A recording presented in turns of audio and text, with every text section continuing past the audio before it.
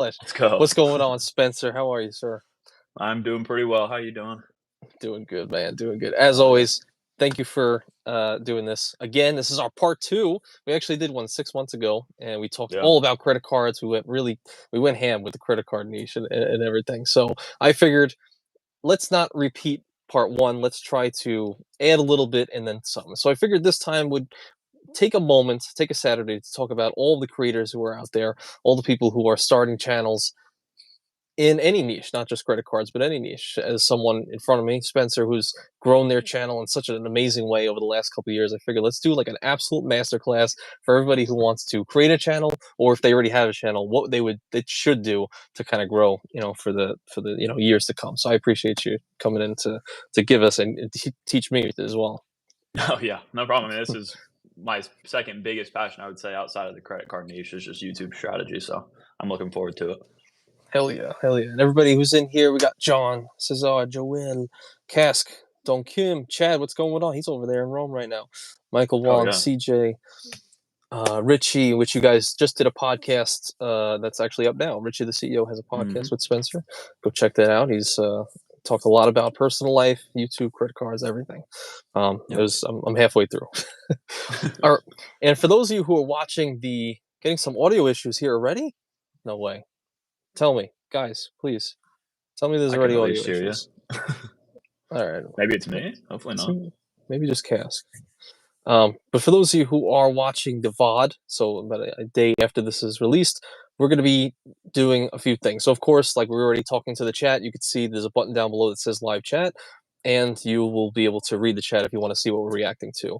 But for the most part, we're going to be going over 3 things in this podcast, this video, this live stream today. Number 1, I want to talk about Spencer's milestones and everything he's actually done to get to this point from, 0 subscribers, to where that's when we met, to now 15,000 subscribers, and actually being able to go full time on YouTube, which is a hard feat to do. It's, less than 1% of creators. He's been able to do that, and he's here to teach us today. Number 2, I kind of want to talk to him more on how he's actually what he's doing day to day to kind of create this channel and grow over time. And then thirdly, just what he would do if he was going to start a channel tomorrow. So these are the main things I kind of wanted to talk to. And I think for a lot of creators who are out there, not just in credit cards, but in any niche, this could be, eternally helpful. I would say for most people, this is the video I wanted to watch before I started the channel. So let's let it unfold in front of our eyes. So, but as usual, I have to ask Spencer again, how are you, sir? Dude, I'm doing pretty good. I really am excited to be here. I mean, I told you this already, but this is like doing stuff like this is a treat for me. So I'm just excited to be able to chat with folks. I wish I could. I want to start doing more lives because every time I do one of these, I get so excited for them. But yeah, hopefully soon. Definitely, man. Definitely. And as always, I appreciate you being here. So the first thing I want to know is, there's a lot of different things you can do in life. There's a lot of different things. And there's a lot of different niches that are on YouTube. One of which related to these things right here. Credit cards, right? And most people would assume like you can't turn credit cards into a passion. You can't do that, all right? It's not possible. We're in the community, so we know it is possible, but there's a lot of people that wouldn't realize like, hey, yeah, I could make it actually a full-time living just talking about those things right there in my wallet. So I wanted to know from your perspective and how it has felt, like going from 0 subscribers to 15,000. Were you keeping track all this time? We were like, okay, I'm at 0. Now I'm at 100. Okay, I got 100. Now I'm at 1,000. Like, what were your thoughts? And did you keep track of all these milestones? I just want to hear your full milestone, pretty much, journey. Yeah. So I can start at the beginning basically. And I think my stance on this whole topic in general of like milestones and tracking my metrics has changed as I've gone, as I've grown the channel. Yeah. Obviously, whenever we all start the channels out, we care so much about every single data point that we get because they all mean so much. Like they're a big part of our channel. So for me, the biggest milestones that I hit in the beginning were just every step of the way to getting to 1,000 subscribers. Because for those of y'all that don't know, to get monetized on YouTube, you have to have 1,000 subscribers and 4,000 hours of total watch time across your channel, which that's usually the harder, number to actually hit, at least in my experience and most other people's experiences, unless you're doing like podcasts, I guess. But yeah, so, the first The first well, I'll preface this by saying that I think I got one pretty lucky. I think to a degree you have to get somewhat lucky in order to, make this thing work. But Hmm. there's also a way to increase your luck by putting in the work and by, developing your skills and becoming a better creator. Um, but I was able to get monetized within 6 months, or it was like at the 6 month mark roughly that I hit the 1,000 subscribers, and the 4,000 watch hours came pretty soon after, I think within like a month. Um, but up until that point, I was in the analytics like every single day, like all day. And this is back when too I was in college when I first started this channel, which maybe I should have started there. But I initially started the YouTube channel while I was in college at the University of Texas. I was studying to be a civil engineer. I was also interning for a civil engineering company at the time and Hmm. doing like the normal route. But I figured, why not at least set myself up for the possibility of making one of my hobbies like an actual, at least like a side gig where I can make some money from it, because I know that these days it really is hard to, even with just one job, to like make ends meet sometimes, or at least be able to travel and do stuff like I wanted to do with my life. Um, so I started the channel back in college, and then yeah, like I said, I mean it was on YouTube Studios on my phone. I'm looking at it every single second of the day. It feels like, because every new subscriber, every new view, like really meant a lot, and it still does mean a lot to me. But it's just like as you get further along, especially after that 1,000 subscriber mark, to me, I think that the focus has to switch from thinking of this as numbers to thinking of this as like you are genuinely building a community. Like I try to think of everything that I'm doing is for one specific person in the audience. And when the numbers start getting a lot bigger, it's sometimes like you lose that mentality about it, because it just you're there's always goalposts moving. So for me, like I said, I think the analytics were super super important to me up until the first 1,000 subscribers, and then I started to get like a feel for what my style was and what people came to watch me for. And at that Hmm. point, I kind of just doubled down on that and just wanted to be myself. I didn't want to ever perform for the camera. I didn't want to do any of that. I just want you to feel like you're sitting in the room with me and I'm making videos about topics that I enjoy. And luckily that's continued to work. And to this day, it's been able to help me do this full time. And that's at least the first part of it. I'll let you butt in with any questions before I just ramble on too much. No, no, I love it. I just wanted to know, because it's when we're starting our channels, it's very, you're almost blind in a way because you're like, I don't know how to get there because I haven't done it Right. yet. So right, it's always like, how do I get to 1,000 when I haven't done it yet? So a lot of the times you end up going through and you're like, okay, one subscriber here, one subscriber there, one viewer, one commenter here, Hmm. um, and I don't know. A lot of it, I would imagine, well, it was for us, just very discouraging at the beginning. So, Yeah. what about timelines? Like, how long did it take you, do you think, to hit 100 subscribers, 1,000, and then maybe 10,000? Like, what was the time frames there? Yeah, I mean, luckily, I actually have it pulled up, so I can tell you those numbers, and then I Hmm. do want to touch on the mental side of the YouTube journey, because it is extremely difficult, in my opinion, Yeah. uh, to deal with that kind of stuff. But yeah, so I started the channel back in March. I think it was like March 3rd or something of 20, Mm, something like that. Maybe March 6th. I'm looking at, but beginning in March of 2022, I hit my first 100 subscribers in right at the end of May. So that's a couple months, which actually genuinely is, I think, again, I was very fortunate to have that, because even that first 100 subscribers is probably the hardest subscribers you're ever going to gain. And then it's like it continued to do well, and then till the end of August is when I hit 1,000 subscribers. So that's where I got that like roughly 6 month until I hit monetization, because I had the mm, 4,000 watch hours kick mhm. in September, I think. But then yeah, and then the 10,000 mark, that crossed into that range actually like exactly a year later. That's kind of crazy. I never looked at that. Hmm. Yeah, August. Yeah, I hit 1,000 on August 27th of 2022, and then 10,000 on August 25th of 2023. Wow. So about a year. Yeah. Huh. So so oddly enough, so that actually tracks with the data that I found. So if, on Mm, average, a lot of channels who get started, well, I'll frame it this way. Most channels on YouTube across all niches end up getting about 100 subscribers after 3 months. That's like the mm, average. And that's exactly what it was for me and pretty much for you as well. right. 1,000 typically was also between, it's where you kind of like set yourself apart a little bit from other creators, but it seems to be around 6 months to a year to hit Right. monetization. But what the crazy thing is, is this niche, credit card niche, and this is for anybody who has like underappreciated niches, ones that don't have as many people as like you would if maybe a prank channel or something like that. Everybody's gonna watch a prank Right. channel. Um, you were able to hit all of these numbers in a niche as small as this. So what Mhm. do you think that you were doing differently to kind of garner the following of an audience that's like 10x what it would normally be? What do you think you did kind of Yeah. differently?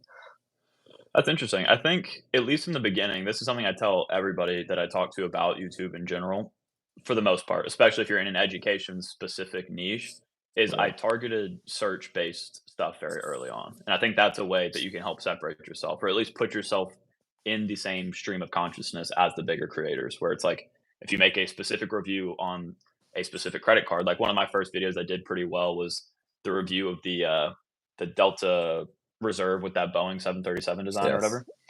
And I just made a review of the card whenever that design came out because I saw that everybody was making videos, but no one had made like a specific review. And I did it within like a day because I was like, well, Yeah. this is my chance. And posted that one, and that one started to gain some traction. And that gets your name out there a little bit because if you were to just post a normal video, I mean, a what's in my wallet's, for our niche actually probably would do well no matter who you are. Yeah. But say you just made like another just classic video that everybody else does, but you don't have that social proof or people just don't know who you are yet, why would they click your video over somebody else's that they do know? So that's where search came in for me, and I targeted that, super heavily. As for, getting to the point where I did have that somewhat of a social proof where people recognize my face in the thumbnails and stuff like that, I think what helped them to stick around and is continuing hopefully to resonate with people is that my whole goal with the channel is just to document my journey. It's to speak on my experiences. I'm not going to sit there and tell you that I have the most, the best information. I know all the smallest like little hacks that Mm. you can do. That's not what I'm really about. It's more about like, hey, I at the time I had not really seen anybody document their credit card journey from the beginning, and I was just getting into it. So I said, well, let me start here and maybe be a couple of steps ahead of people. That way they can actually see, track with their timeline or track with my timeline with their personal experience. And Mm. I've kind of just really tried to stick to that. It's like I want to speak on my personal experience, and there's not really any way that you can discredit that because it's my opinion, my personal experience, and if you resonate with it, you do, and if not, you don't. But theoretically, you know that it's all coming from a place of like honesty, and I think that's what helps maybe people feel more related to my content than it just being like me, speaking on just the facts. I guess I don't know if that makes sense. No, definitely, absolutely. Yeah. I think that's one of the best things out there is that because you just mentioned like, oh, I'm just talking about my experience, which nobody can mess with because it's your experience. Right. You just this happened to me, so here I'm talking about what happened to me, and I think Right. that's great, and I think that's also reassuring because you mentioned on the podcast with Richie that I was just watching an hour ago Mhm. that that you oh god, I just lost my train of thought. What am I doing? Oh my god, what It's the all right. It hell? was just so good it made you It's, forget. you're just so such a glowing. Yeah. No, you mentioned like you were documenting your journey, and you're not Right. so far ahead like Ask Sebi or some of these other bigger creators who have been through the whole gambit of credit cards, been through this whole Mhm. journey. You're just kind of starting out. You're just like, oh, Right. maybe I have maybe I have 5 cards, but some of these guys have 30 plus, cards in this space. So I like that you can kind of start anywhere. Okay, I have 1 card now. Mhm. Okay, nice. Now I'm going to my second card. Why am I doing that? Well, this is the reason. And there's going to be other people who also have 1 card who want to go to 2 cards, and we don't want to watch the guy that has 30. He's so Right. far ahead of us, right? So Yeah. I think that's a great thing that you just touched on for sure. Yeah, that's awesome. Mhm. I mean, that to me too, it just makes the content creation so much easier because it's like, well, what am I going to make a video about? What's going on in my credit card world right now? That's what I'll make a video about. Like it's just a natural Yeah. progression where I'm not forcing content that I don't really want to make just because I am talking about what's going on in my journey. And I think Yeah. that's also, somebody's content that's resonated with me, and I know you as well, is Alex Hormozzi's, and he talks a lot about that concept of like basically why would people listen to you if you don't have the experience with it. Like he's like, build a business first and then document how to build $1 million business or whatever. Like you have to go Yeah. through those steps. So I figured, well, I can document it along the way, and then that way whenever now I'm making videos about cars that I've had for 2 years, that I have a much more of a breadth of experience with these cards, and hopefully it can give a valuable perspective. And then you can also look back at my video from a year ago when I first talked about this card and see how it's differed, you know? And I think that's valuable to people, at least I hope it is, you know? Definitely. I just wanted to mention a couple of people put their stuff in here. Michael Pythian wants to start a real estate channel, so awesome. Mm, He's so people are supporting him. He said he's going to do it. It's official. So this is good. You should nice. be listening to this. Cesar Joel got monetized in 6 months, 2,600 subscribers at 9 months, but far away from 10K. And then also Chaz Money Minutes said he's back from Rome. And he Good to go. said, "Whoa, what's the problem with 30 cards?" There's nothing wrong, man. It's just too many. No, I'm kidding. There's nothing wrong with having 30 cards. But it's just, we want to sometimes look at people who are one, like you said, 1 to 2 steps ahead of you. Yeah. Maybe instead of Mhm. 30, which is it just depends who you are. Yeah. So I kind of wanted to also highlight a little thing before we get into like actionable steps. So comparing myself to you, right? I do this Mhm. all the time. Um, so we both hit 100 subscribers around the 3 month mark, right? We Mhm. both also hit around 1,000. I think I hit 1,000 around 7 months, maybe a little over 7 months. Okay. But here we are a year later. Why is it that you have 4 times the amount of subscribers that I do?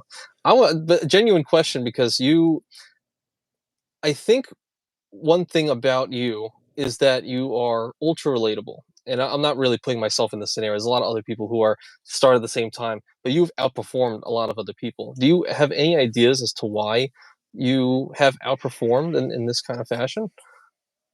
I mean, I have to start off by saying that I don't think that that y'all like you, for example, or anybody else in our niche are not ultra relatable because that's not the case. Like I think we're all in a sense doing the same thing. Like we're just Yeah, sharing our personalities, documenting our experiences, and that's what's so perfect about this niche in particular too, is that you can have 20 different creators making similar content because we all have our own yeah, experiences with it.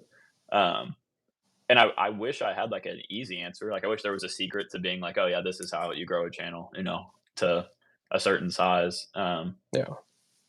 I think there's a good amount of factors that play into it. You know, maybe there is the sense of like, I think for me, well, here's just one thing that I'll give as like a word of advice that I think has helped me. And this was not the intent behind doing this, but I Yeah. think it has helped. And I think doing things like being as invested in the community as possible. And I know you do this in the Mm, sense of like with your Discord and stuff like that, but I even yeah. mean like with the other creators. I think that was a big thing that Mm, I tried to latch onto like as early as possible, like getting connected with people like Daniel Braun or getting to even yeah. like recently sit down with Brian Jung and stuff like that. Like I think Yeah. that kind of like tenacity to want to be like connected with other creators is a really big key there. And it's like I don't care about the size of these creators. I don't care about any of that, but I've been able to Yeah. like learn from their experiences in the YouTube space from a very early stage. I'm also like the kind of person that's super hyper obsessive over things. So whenever I first got started with YouTube, I was like knew exactly what I wanted to do, knew exactly the strategies I wanted to take, and that probably helped. Um, but at the end of the day, yeah, I think, like I said earlier, I think there is a luck factor that plays into it. Yeah. The fact that people do find me relatable, I think, is a blessing, obviously, for me to be able to do this as I'm doing full time. But that's not to say that you're not relatable, that other people aren't. So it's like, yeah, I can't exactly pinpoint it, but I there's a good appreciate amount it. of factors in there that hopefully help out a little bit. No, of course. I just want to see, draw the comparison sometimes. Yeah. So so in my mind, like you just mentioned that you were super obsessive, and Hmm. I know this about you, for a few reasons, but one of them more recently was like shorts. You wanted to know about shorts. You never Right. really did too many of them. You did a lot of them, but obviously I'm like going crazy with them. So you're like, I want to learn as much as I can about shorts. Hmm. Immediately, I'm sure after you had that thought, you said, "All right, let me message Anthony or whoever else knows about short." Like I don't know anything, Right. but I did a lot of them, No, so you're, maybe I have insight. yeah. And that you're probably your first thought, and then immediately we got on a call, and you were just asking. You were prepared. You had a bunch of questions. So and this also happened in the past too, with like learning Facebook and stuff like that. So Hmm. you seem to just absolutely hyper obsess, and then find out wisdom from wherever you can kind of find it, and then use that for your own life. Would you say that's accurate? Yeah, I think that's really accurate. I'm fortunate to have learned from a lot of really like good, I guess, leaders in the YouTube space, but just in the general like self development kind of space as well. But Yeah.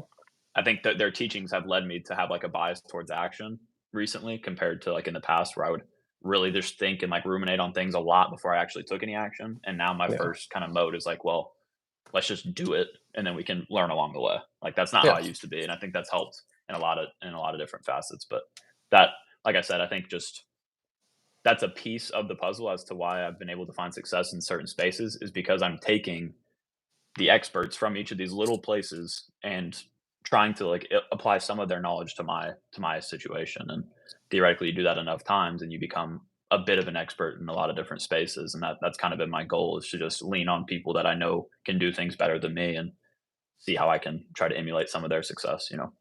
absolutely, absolutely. And I think this will be a good point to kind of shift towards.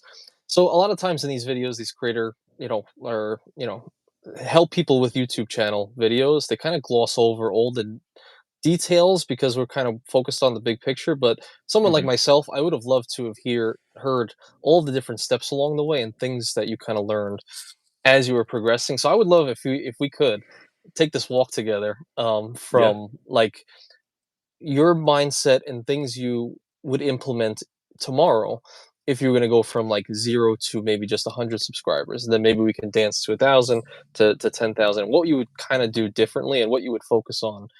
Because there's so many people. Call me Yeah. Lanny. There's a bunch of people in this channel who are, Kiki, a bunch of people who are, starting their channel. So I would love to know what kind of actionable steps you think you would take from 0 to 100, just starting tomorrow. Yeah. Yeah. I think the first big thing is just tying back to what I just said, is that don't think about it too hard in the beginning. I think you need to actually put, you know, pen to paper, put your, plan in action. Because if you don't, then it's just going to continue to be thoughts. Yeah. So that's one thing that honestly, even maybe I made not a mistake of, but like I think I might have overanalyzed things a little bit too much before I got started. To a degree, Mm, obviously it worked, but one thing that I've taken away, or one person that I've taken a lot of information away from, is Ali Abdal, which I've talked about probably in every single podcast or anything I've ever been in, because his teachings and like his like free YouTube course and stuff is what really got me started on YouTube and mhm. kind of showed me that I could maybe make this, a reality. Yeah. So the first thing is, like I said, trying to develop that bias towards action. I think that in the very beginning stages, the most important thing is making sure what you are going to be talking about is sustainable for you to talk about consistently, week in, week out, for years to come. And that's the only way that you can find out if you like that, is by making videos, maybe even in different niches or just on different topics, so you can see what you actually enjoy. I know a lot of people in the credit card space even made personal finance videos, like, Graham Stephan style videos. I know you've made some personal finance or stock market analysis like videos in the past, but you didn't find them as sustainable maybe as the credit cards. I don't mean to speak for you, but like, Yeah. first of all, I guess there's more success in the credit cards too. But still, whenever you find that one thing that you really like to talk about, that's the key to everything. So just because you see somebody else doing a specific type of content does not mean that you have to make the same one or you're not going to be successful. People are going to be able to sniff out pretty quick if you're not enjoying what you're talking about. So you should be really spending the time to figure out what you actually like. That Mhm. also goes for different types of content. I mentioned this to you beforehand, but right now I have two buddies that have started a YouTube channel, one of which is monetized, and he's working to do this full time, like he's trying to. The other one is doing it more as a hobby, but like with the intent of maybe it does turn into a full time thing. The Mhm. first one is in more of a self development type of niche, and the second one is actually about like dirt bike riding and stuff. So completely different. So way Wow. different niches than I'm involved in. And the one making dirt bike videos is like very beginning stages, so he's still learning even like how YouTube works in general.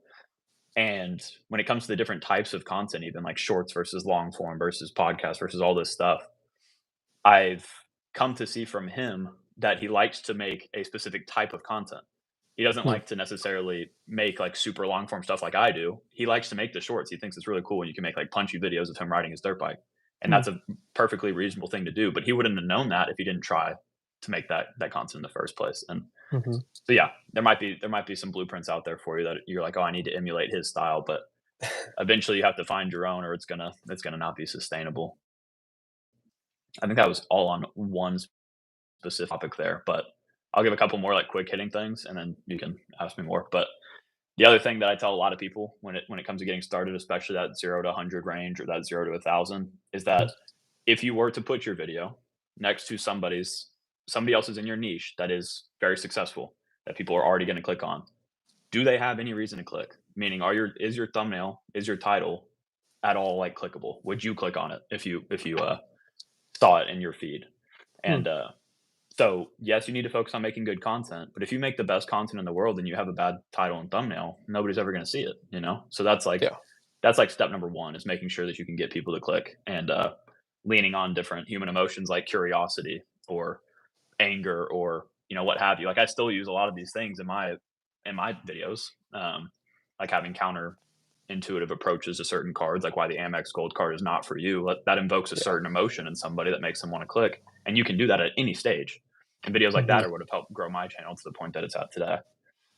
So, Yeah. yeah, titles and thumbnails I think are pretty paramount, and then it's just getting the practice in. Staying consistent week after week, I think is the biggest thing.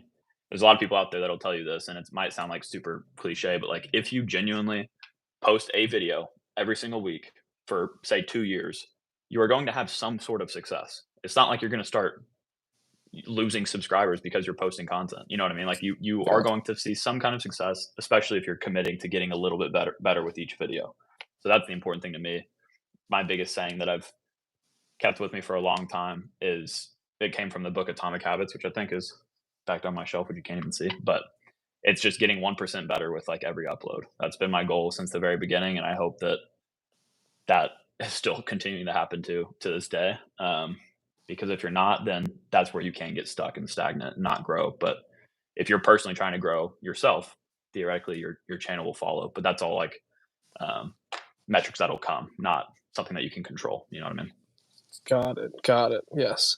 And I definitely love all of that advice because that is the foundation for literally all success for all things in life as well. Like if you just do Hmm. all of those things, consistency over a long period of time equals great Yeah. results, and getting better over time. But what if you had to get a little more granular? Like Hmm. quite literally, Spencer Johnson channel is completely at 0 subscribers, Yeah. and I only got a month to hit 100 subscribers. That's it. I mean, obviously, Right.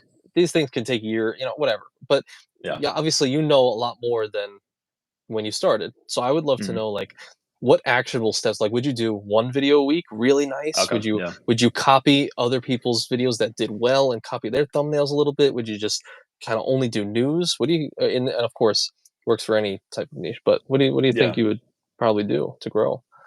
Yeah. Maybe I'll try to speak specific more to the credit card niche, Yeah. which this can be extrapolated to any. Yeah. Uh, but the first thing, like I mentioned at the beginning, is I think all of my video topics, the ideation for the videos, like what I'm going to cover, was heavily reliant on search based information. Yeah. It's like, is the Amex Gold card worth it in 2024? People search Right. that all the time. And there are tools out there that I used when I started, like vidIQ is a big one that I use. That's Mm, we're getting real granular, but I'll use that to see the searchability of certain terms. And I would craft my titles based on these search terms because then yeah. I would know how many people are searching for this specific term. And if it was literally like I changed like, is the Amex Gold card worth it in 2024? If I just did, is the Gold card still worth it? And that was a lower score, even those last 2 words I would change to, like, in 2024 because it just I cared that much about, like, the smallest little details, and I think that is important Mm, in the beginning. yeah. Eventually, you develop a stock like I said, you develop a sense of, like, what's gonna do well, but that takes I mean, I've been doing this for a couple of years now, and I'm still, like, really young in the grand scheme of things of YouTube.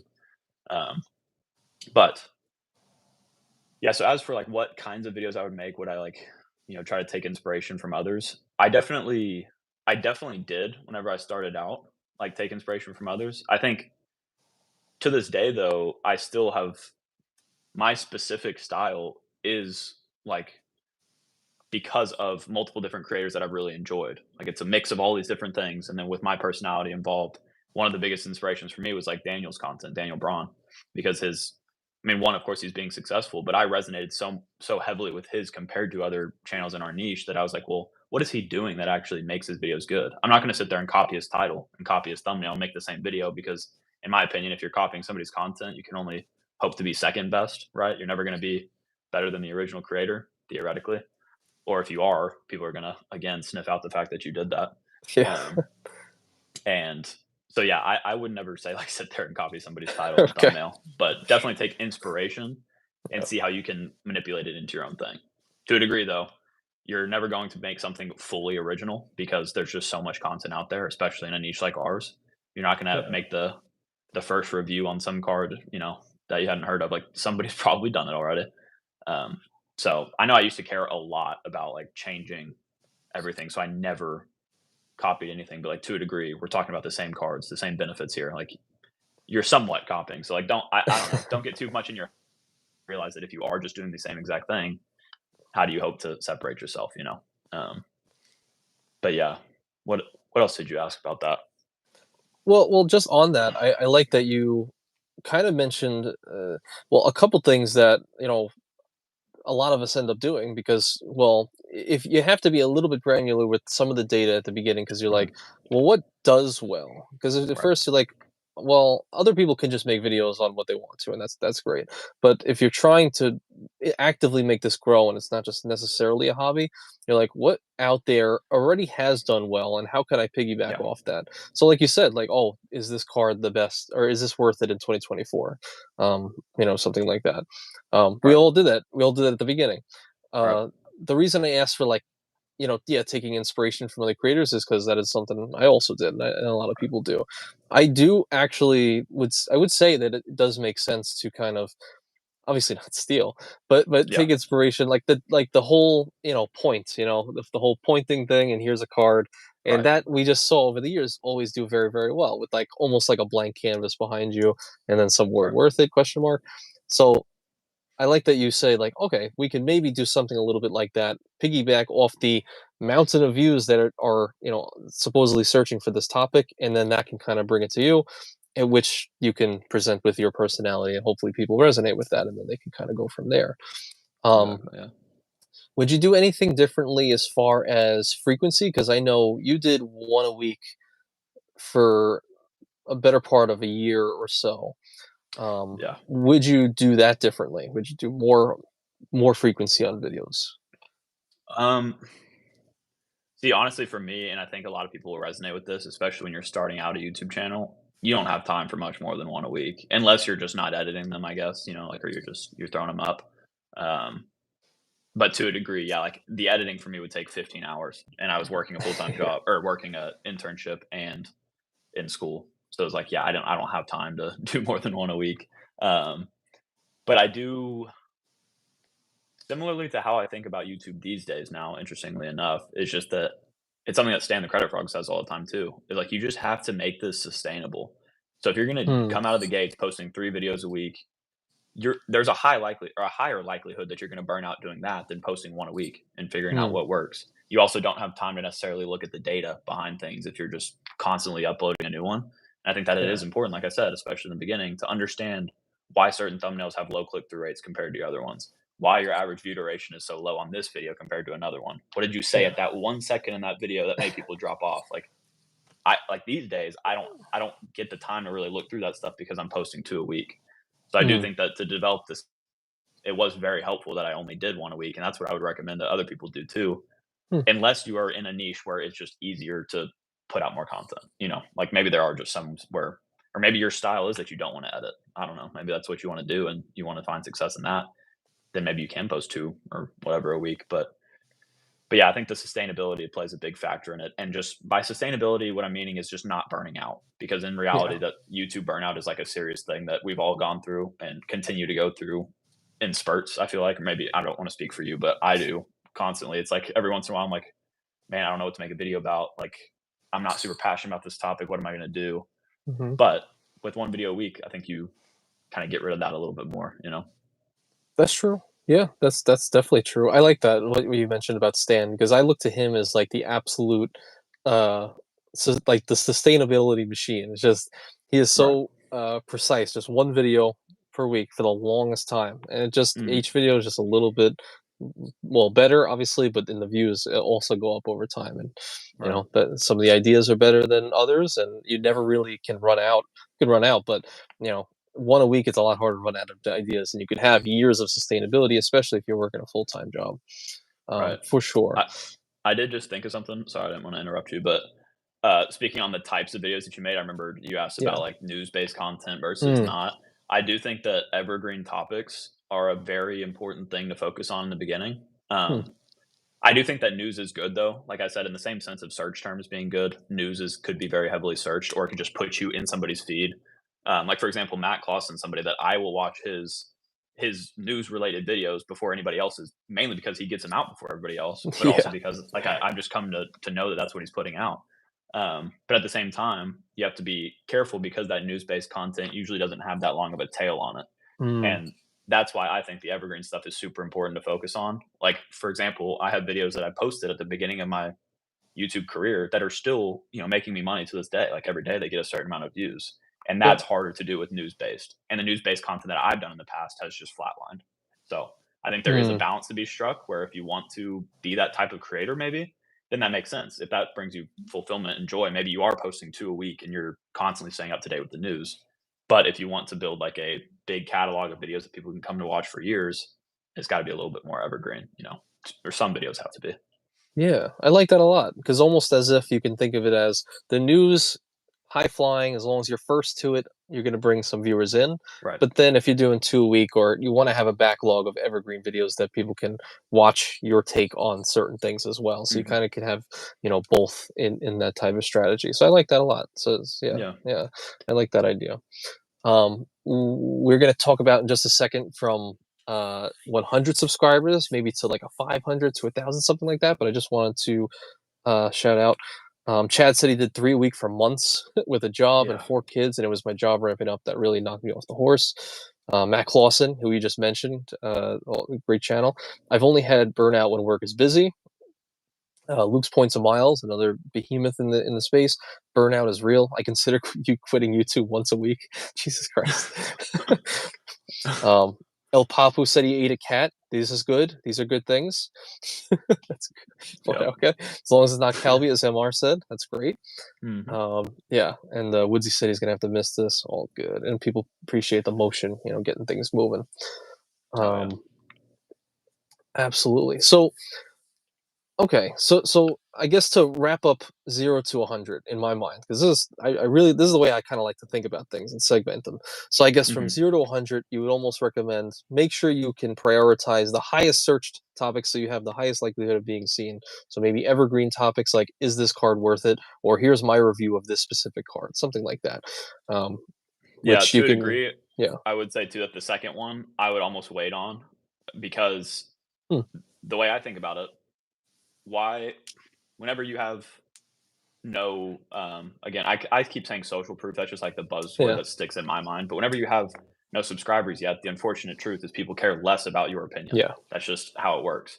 So I would try to not bring the title, at least, of my opinion like into it too much until I had at least some kind of following where people then cared about my opinion. And hmm, like in the beginning, it was more about that facts, the fact, get the quick facts out, get the search yeah. term going, and then the opinion based stuff kind of came a little bit later. But Huh. the idea, yeah, you're correct on. That's how I would go about it. Interesting. Okay, so keep that as one part. So maybe aside from that, but more of like the evergreen stuff. And then in one part, you could also do news to kind of bring people in and just hitting people hard and fast, so this way they can, get to know you and gain some social proof in some way, gain some Correct. subscribers. So I Hmm. guess if you do all these things and you be consistent at the beginning, over time you're going to grow no matter what. It's just when you're in the game, you're in the game, and then you'll start seeing what's better and whatnot. Okay, so now we're at Right. 100. We got a little Hmm. bit of social proof. Okay, it took us a few months. We're here. We Right. made it. Okay, we hit 100. Now we're on that long stretch to 1,000 where we can actually start getting monetized. Awesome. Um, Yep. you can tell it's still very vivid. So 100. So Hmm. 100 is there because you mentioned earlier that what you think about from 0 to 100 was different than what you think about from 100 to 1,000 and then 1,000 to 10,000. Is Hmm. there anything, I guess, just right on face value, you would change from 0 to 100 versus 100 to 1,000 or 100 to 500? When it comes to the types of videos I was making, like I'm looking at it right now, so I've been pulling up. I'm not trying to Hmm. not look at you here, but like the types He's of editing videos a I was video. making, yeah, were still very similar, like super heavily search based stuff. I started to get into some Q&As here and there because I was like, well, I want Mm, people to get to know me better. So I'm doing more community building videos rather than community growing, I guess you could call mm, it. yeah. So I started to sprinkle those in around that mark. Um, but I think the biggest mindset shift in that 100 to 1,000 range is okay, how do I set this up for like a successful monetization like curve? Like, for example, if you're making videos that are less than 8 minutes long, a lot of people will tell you to not do that because once you become monetized, you can't place ads on the videos, which I know people hate ads, but that is how YouTube works. I mean, I have YouTube Premium, so I don't have any hatred towards ads anymore. But I did. But no, for creators, I mean, yeah, that's a very important thing. If you're not making any money from ads on your videos, really, that it's basically impossible to take something full time, in a YouTube space. Yeah. Um, so stuff like that is like, how do I? It depends. I guess this is maybe the place I should mention instead of thinking about it just as a business. Decide at this point whether or not you want to make this a business or a hobby. I think Hmm. that might be the most important thing in this step because maybe you do just love, like, you only want to be a live streamer. You don't even care about monetization. You just want to live stream to people. Hmm. That might be your whole goal because you figured out and you did 3 live streams in that first 3 months of you doing it, and you're like, "Oh, this is actually what I love." Or maybe you like shorts-based content, and you're like, "Well, this is what I wanna do. I know there's not much money in it, but I love making shorts, so let me do this." And to be fair, there are ways to make money from shorts. I'm not saying to not do that, but Yeah. in general, the bread and butter is in the normal long form content. Hmm. Um, but yeah, does that make any sense, I guess? It's not a No, definitely. yeah. Absolutely.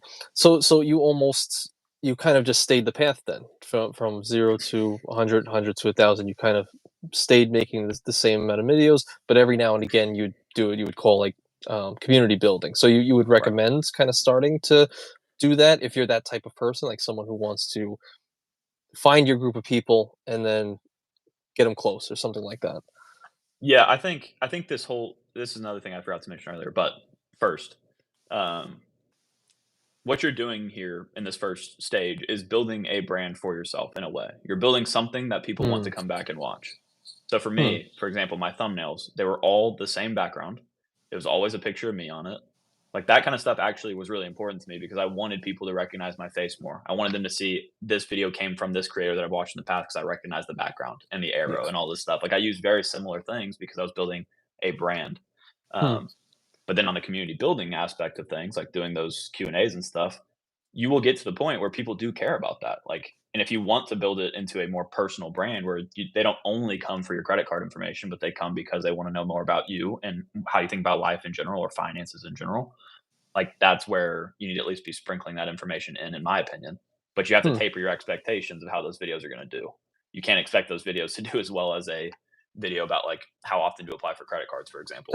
Like I'd make that video and then I'd make a Q&A and it would get a quarter of the views. I'm like, well, that makes sense, because it's only a quarter of my audience really cares about that. Hmm. Um, but I do think that it's important to at least start bringing that into play if you want to make it again more of a personal style brand, I guess.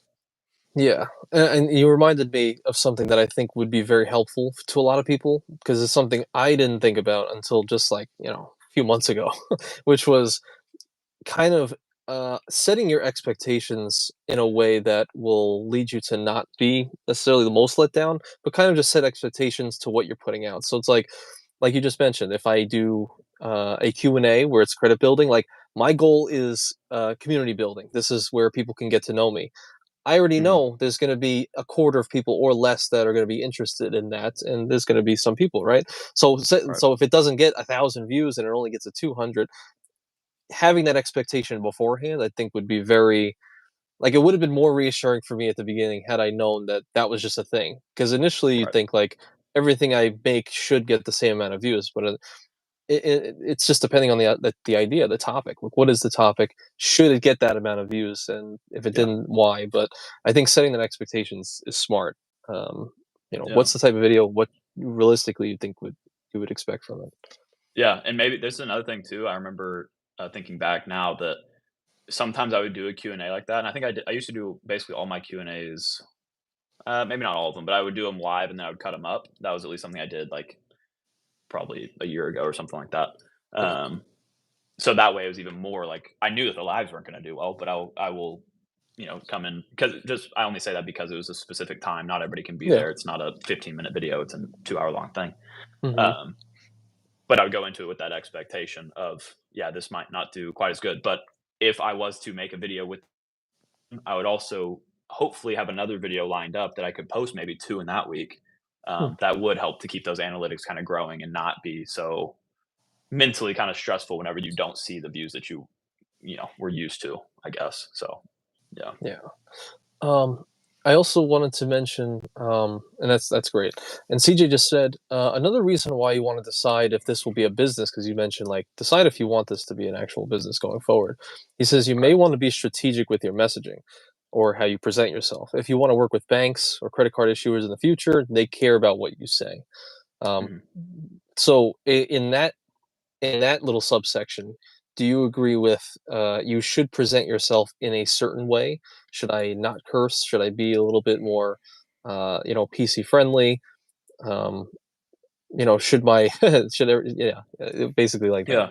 Hmm. Yeah, I definitely considered that whenever I started. The biggest one too is like copyright music and stuff like that. Like you don't Yeah, want to be putting music in your videos that eventually will cause them to not be able to be monetized. Like stuff like that does matter if you want to treat it like a yeah, business. And now I hmm, see videos out there these days of people using copywritten songs, and if they're not paying for the rights to that, it kind of goes to show me like, oh, this is like a hobby for them because they don't care about the money at all. Like they're demonetizing their content on purpose. So they're, being in the YouTube space, I've started to pick up on stuff like that from the business mindset. But yeah, I think like I mean, I don't like curse a ton in general, but like I wouldn't do that in a video because I know that that could affect monetization and stuff. And also, not even that. Like I don't want to come off like I only care about the monetization. It's just like the videos also wouldn't be as broadly applicable to people if yeah, they, for example, just hated that you talk like that. You know what I hmm, mean? So I try to at least appeal to the broadest audience possible while yeah, being true to myself, because I don't want to, like I said, I never want to like perform for a camera.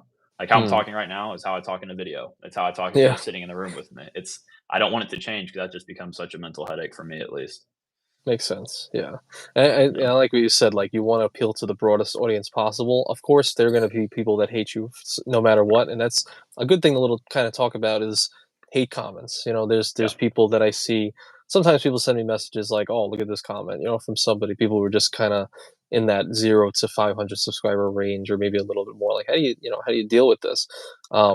Like the other day, I had a commenter. I the other day I started my video with me getting in my car because it's raining out and I'm literally like drenched because I got Yeah. set up in the office. And I said, "Oh my god," in the first sentence, just being ridiculous. And somebody comments like, "Please do not use the Lord's name in vain." A Yeah. lot of your viewers don't appreciate it, and of course, like obviously I didn't mean anything by it. Yeah. Yeah. It's a term everybody says, Right. regardless of what your faith is. But there's going to be people that will put that on you, no matter Right. what. So I guess before we even move on to like 1,000 and above, Mhm. um, how do you deal with like hate comments like that? At which degree do you think like, oh, I'm the wrong one? Like when I got things wrong in the past, I get wrong things all the time. Like, you made this Yeah. mistake, and when they're just blatantly like hating you, and how do you kind of Right. parse those two out? You think?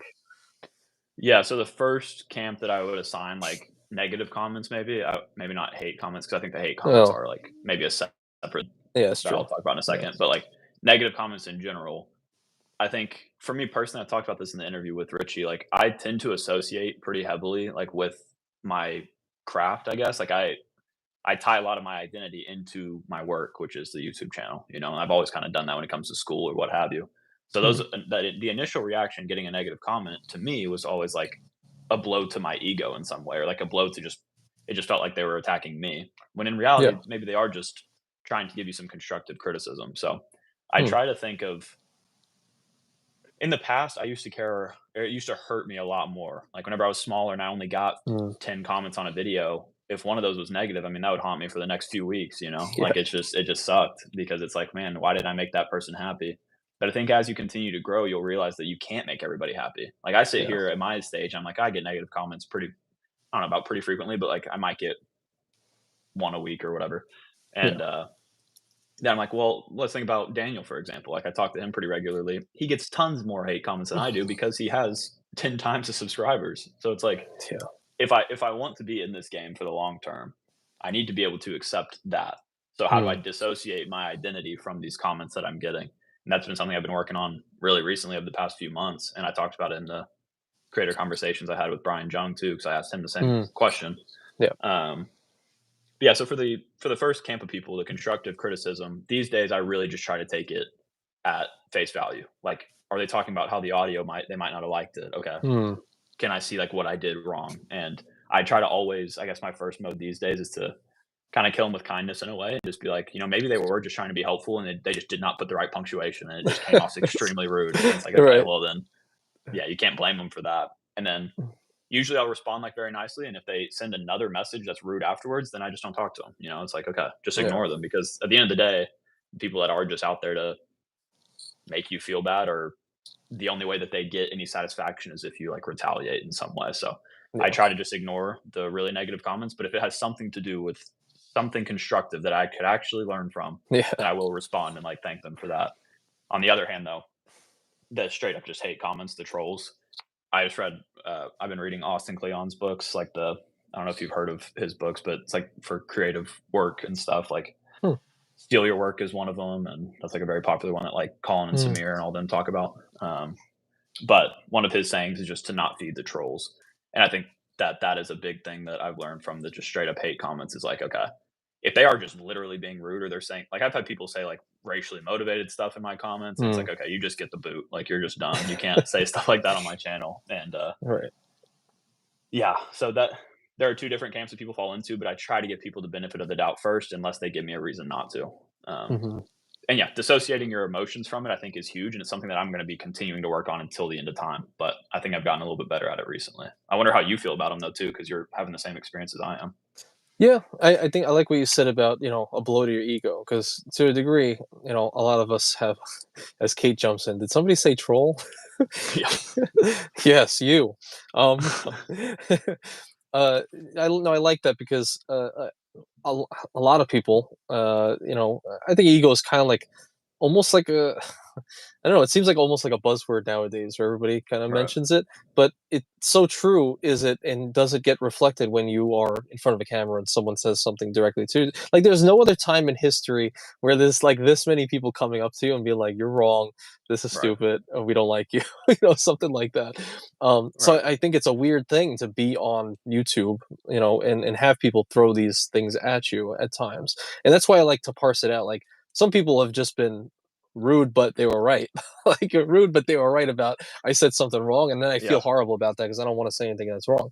But I can only, I can't be perfect, so I fix it and I make sure it never happens again. But then, yeah, yeah, like the just and those are the things that really kind of hurt, or like yeah, my take was like your take is way off, like you have no experience or something like that. That's when you feel really bad in your ego. yeah, If it's just like, oh, your hair looks stupid, which people have said, and here they come. No, I'm kidding. yeah. Then you just leave that because who cares, Kate, Yeah, exactly. no. But do you have any advice for like eliminating? Like, do you look at anything to eliminate your ego or anything that you kind of look to? You think?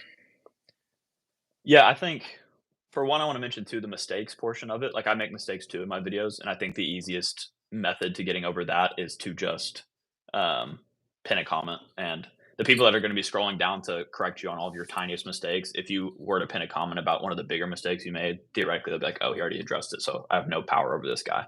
Mentioned that in the podcast with Richie too. Is like Yeah. I think people just like to try to prove themselves as right. So if you do get something wrong that's important, I would pin a comment. But if not, just d- yeah, do it right in the next one or whatever. Yeah. Um, but as for not dealing or for dealing with those, and you said like not being emotionally tied to them, right? Yeah, like, is there anything that has helped you over time, or was it just like the sheer, I guess, like sheer time spent being in this Yeah. space, or is there anything you have done to kind of be like, let me let my that side of my ego kind of go a little bit? Anything? I do think that the more time that you spend doing it, definitely you kind of build calluses towards it, you know. And Hmm. that I think that is a positive thing. So to a degree, just know that yeah, like over time I've gotten better at it just because I've seen more of them, and I think yeah, so that's one part of it. I do think now that my initial response to a comment is going to be one, like I said, like maybe they are just trying to help, but also Yeah. if it is just like a really negative comment, it's more of like I try to come at it from like a standpoint of like empathy of being like, well, Hmm. if what you're the best use of your time is right now is to leave a negative comment on a credit card YouTuber's post, like there is something deeper that is wrong. And I do feel bad about that because it's like we're just trying to have fun here. And so like these days I try to come at it from that angle and also just realize that this is just a small part of my life. I don't want to take myself ever too seriously. I think if I start to take Yeah. what I'm doing too seriously, that's just going to be a danger and it's going to lead to to some kind of burnout or some kind of Yeah. just getting way too big of a head about this. Because in reality, what we're doing is talking about our hobby of credit cards. And yes, you can help you profit and travel for free or for free and live a much better life than before. But Yeah. at the end of the day, it is just a small portion of my life. I care much more about my relationships with my family and my friends and spending time with Odin and doing stuff like that than I do commenting across, or retaliating against negative comments. So like it's just become something I care less about, I guess. But Gotcha. So yeah, I think that's great to hear because I would have liked to have heard that as well. yeah, Kind of just growing, and I still want to hear that. It's good to hear from you. yeah. The other Is I was gonna mhm, say too, if you're not getting negative comments, is something that Brian told me that I think has helped mm, me at my stage. If you're not getting negative comments, you might not be moving the needle quite enough. Like mm, you're not reaching a broad enough audience yet. So like the interesting. first thing whenever I see a negative comment, I'm like, oh, this is reaching a new audience. Like Yeah, nobody, I've that's never seen true. this person comment before, and they're saying something negative. Like if you go through my most popular video, like that Amex Black Card unboxing. I mean, Yeah. that's the one video like every day I'll get a negative comment on, but I don't even like. I just kind of laugh them off at this point. Like, what the Right. heck are these people saying? Yeah. Yeah. But yeah, so it's like it is kind of part of the journey. You're just gonna the more people you reach, the more negative people you're gonna reach. But theoretically, 99.9% of people Yeah. are positive, and you need to be able to focus more on those. Absolutely. I think that's great advice. Real quick, because I know, I guess you would call it you nerd out on this a little bit. Oh yeah. I think it's true. How do you?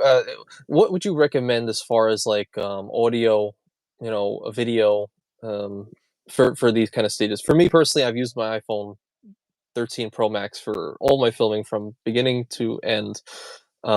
And I never got in like the first few months I got my Rode mic and that was all. Mhm. But I think you think about it a little more than I do. You care about sound and visual quality. Like Right. any advice on that?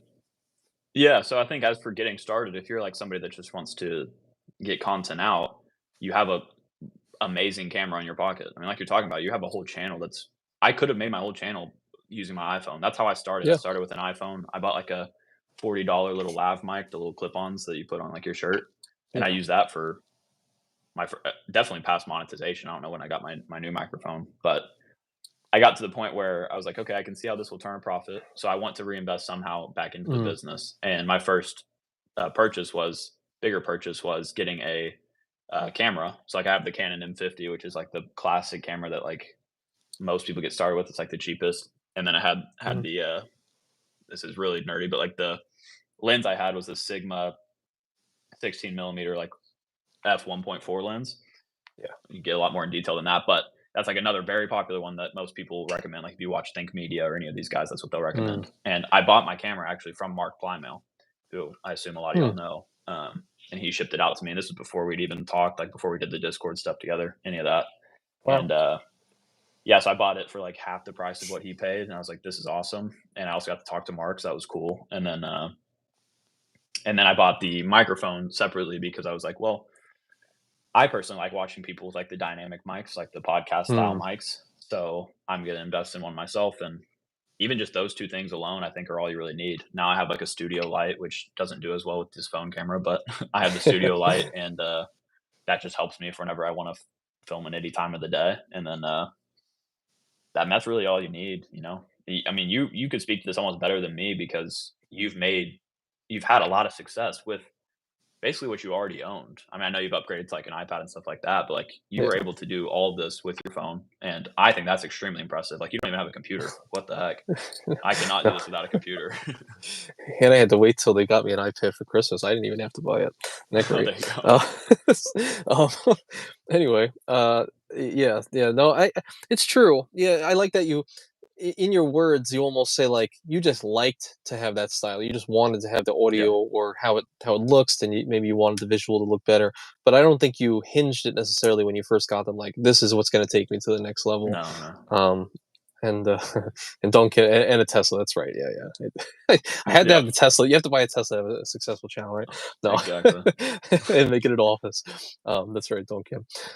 So I like that. So it's like in one way you could just use phone forever. Like I don't plan to ever really upgrade. I don't know when that would ever Yeah. happen. Then I'm a changed man. But I'm going to use phone probably forever. And for you would have done that, but you just like the way it looks with the the elevated look or elevated audio. I wanted to ask you something like a little bit more like really niche. This is for me Mhm. personally. Do you? Because I was listening to the podcast with you and Richie, and he mentioned to you that you sound very good. He likes the Oh, way you sound. He was like, your voice is very easy to listen to. yeah.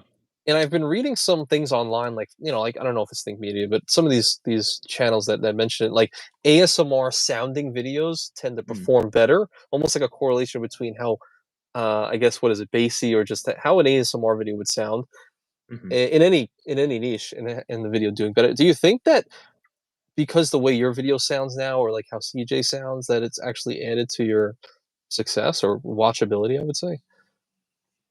I think there are a couple ways to look at this. I'll say this much first of all, that I know for me, like I said, that style resonates with me. Yeah. That deeper, like using a good mic. Like these headphones are not doing the same thing as my mic does. I like that sound more. I listen to podcasts, and I think that's part of the inspiration. Is I Hmm. love that podcasting sound, and and it makes it easy to listen to. I can listen to it in my car for 5 hours, and it doesn't bother me because it sounds just good. Hmm. It sounds like in a good range, Yeah. like kind of cinematic almost. And then compared to a microphone like this, maybe is a little bit more like tinny. Like it has a lot of Hmm. high pitch frequencies that might be a little bit more straining to the ear. So like on a Yeah. very subtle level, I think it does kind of help with that. But then you also see people like, for example, Daniel Braun, who he does not do the like podcast style Hmm. audio. He does the shotgun mics, like the normal, um, like the Rode mics or whatever. Yeah. But not the one that you have. You know what I'm talking about, right? The Yeah. one you clip Yep. to your camera. Yeah, that one. Yes. Yes. And that is a stylistic choice on his part. I don't want to speak for him, but what he's told me in the past is like he likes, again, like how I like you feeling like you're sitting in the room with me. Yeah. That microphone takes a little bit of that out, the one that I use. But for him, you're Hmm. sitting in the room. He has no microphone in front of him. He doesn't have headphones in. He has nothing. It's just him talking Hmm. like you do. Yeah. Well, I guess you switch back and forth a little bit, but you get Yeah. what I'm saying. Like it's a, I don't know. So like for you, for example, you also have like an actual microphone. So that's a Yeah. stylistic choice, I think, compared to Yeah. me having one on a boom arm and sitting at Hmm. my desk and not being in a car. So I think like all those little tiny things just help again build a sort of brand. Like people can come back to expect this type of content, and that's what they get. So Listen, it's not a car. It's my business office. Okay. sorry about that. Yeah, sorry, for, IRS. This ta- is for actually his tax office. reasons. For tax reasons. I get a comment like that at least once a month now. Maybe a little less, but for the most part, people are like, "Are you able to write your car off because you're filming in there?" And I'm like, yeah. But I mean, I'm a real estate agent too, so I can just write it off that way. But Yeah, ask me but in the either way, Discord. Don't ask in public. yeah, right, right. Um, that's funny. That's funny. Richie asked, "Well, who's going to be the first one to do an ASMR credit card review?" I'd be willing to attempt it. I'd be willing to just like show like my hands and like the card. Like, okay, Yeah, we're going to be talking about. I I bet could not do it. I bet it does well, just because people would be like freaked out. You're like, "What the hell It's a is this short for video?" sure. Oh, I'll do the short. Yeah, I'll make that happen. Well, so or whoever else. It's Also, I funny. can't pass up the Mhm. fact that Kate called me Spency Boy earlier. I don't think I don't think I've ever been called Spency Boy in public before. Sp- Spency So, in public, only in the bedroom. Anyway, yeah, Spency boy. switching to the deep It's end here. Jesus. Yeah. Okay. Um. So yeah, I know. We're so far removed. I also wanted to get into. Okay. So to wrap up, 100 to 1,000. You pretty much just did the same thing. Each video was a little bit better than the last. You were in the community, so you got to see what was doing a little bit better, and maybe you would piggyback off certain things. Mhm. Like the new card, the Delta, Platinum with Reserve, yeah. the seven, yeah, the Reserve with the 747 design. Jumped on that. That did well. But you pretty much stayed the course, and you were consistent. And thumbnails were consistent all this time. Branding, and then mixing in some community building videos, and just trusting the process and speaking as you are speaking now, Mhm. getting there. So then once you make it to like the 1,000 mark, something that I wanted to know before I got there was, well, one, how much you would be making when you actually put ads on your videos, and then Mhm. two, like, is that the end goal? Like, is is 1,000 subscribers the end goal? Like, okay, I made it. Now I'm going to be able to go full time on YouTube. Well, like, no, there's a lot of other things you have to do in between. So Right. uh, I would imagine growing for you would probably look the same. But what Mhm. did you do differently as far as I'm sorry. Let me cut myself off. Let me ask this question as well. From 0 to 1,000 subscribers, a lot of people message me, like, who are starting their channels, and they're worried about monetizing too early. They're like, "Do I put my credit card referrals here? Do I put affiliate links here? Should I do, what should I do?" Should you be afraid to put your referrals out there, or any way you can monetize whatever niche you're in, um, as early as your first subscriber? Is there a stigma behind it? Should you do it? What are your thoughts? This is another one where I can like I honestly can see both sides to, like, any of these arguments. Like I try to. I think that's a helpful approach to take in general in life is to question your own beliefs. Um, but for example, I'm going to keep bringing Daniel into this because he's been one of the guiding lights for me, and we've talked a lot about this kind of stuff. Um, and he was a big proponent of not monetizing at all until Mm, like I don't even remember how long he waited until he did it. And his main reason that I've gathered for that is because you don't want people to click off of the platform when watching your videos. The most hmm. important factor in starting Oh, with you them. dropped. Oh, we're Oh, back. Okay, sorry. was I gone? What did I? It was only a second. Okay, Yeah, I was just saying, yeah, the Daniel. most important Mhm. thing with your videos in the early stages is getting people to basically binge watch them, to watch them Hmm. watch one video and you get recommended another one of mine, or you get the end screen. Theoretically, the best thing for you is to get them to click that instead of a referral link, because that takes them off the platform and technically sends bad messages to YouTube, as in like, oh, after they watched it, they weren't that satisfied, they just left the platform. Hmm. Um, so there is that like very subtle reason to not monetize there. Maybe not even subtle. That is like a really good reason to not monetize. Mhm. But at the same time, if you are putting out the content, I can see why it takes a lot of work. Like I don't think people understand how much work this takes. And as long as the driving factor is not producing profits from your links, like if that's just a side effect where you're like, well, I have it in the description, but I'm not like asking people to look at it, or you Hmm. just have it down there because if people do want to support you, and that's a free way that people can support you, they literally just click your link to apply. Like they're not paying for anything. Like it's free, Yeah. which to a degree, I'm like, well, yeah, there's no harm in doing that. I think if your main thing was asking people to do that, like at the very beginning stages, like that was your main motivation, I think that that subconsciously for you too takes away the joy of just creating. It makes it way too much about a business. Hmm. But if you subtly just have them down there, I don't think that's an issue at all personally.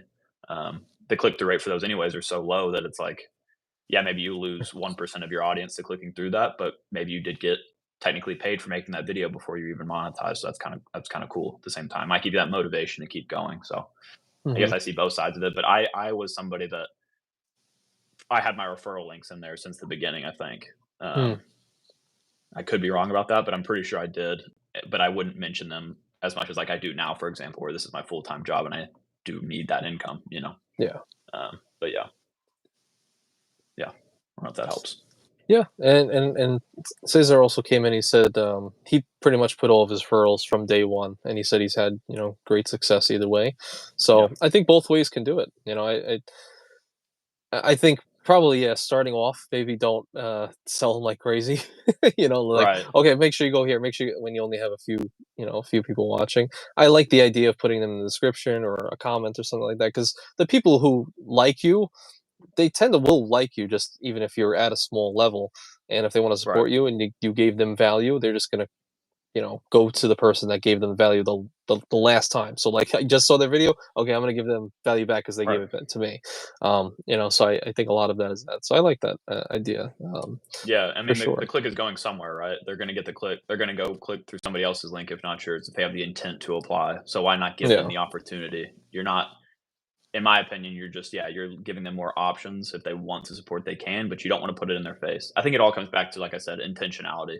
If your Mm. intention in making that video is to sell referrals whenever you have 10 subscribers, that I think that's a very slippery slope, you know, like then even if you had 1,000 subscribers, it'd be hard to even get there, I think, because people again are going to probably get to feel that intent at some point and not resonate with it. But Mhm. I don't think there's anything wrong with getting rewarded for the work that you're doing, you know. Yeah, for sure. Um, Keith also mentioned that he actually like plays watch all on a bunch of channels, and then he just walks away because he figures it helps some Oh, people out, nice. which is nice. And then he also comments on some make sure nobody's trying to run up on me. There's also some comments. He leaves comments to start, I guess interactions and stuff because he says it'll help the channel. So Keith is a straight warrior, um, and we Yeah, he appreciate is. that for sure. Yeah, that's awesome Mhm. that you do that.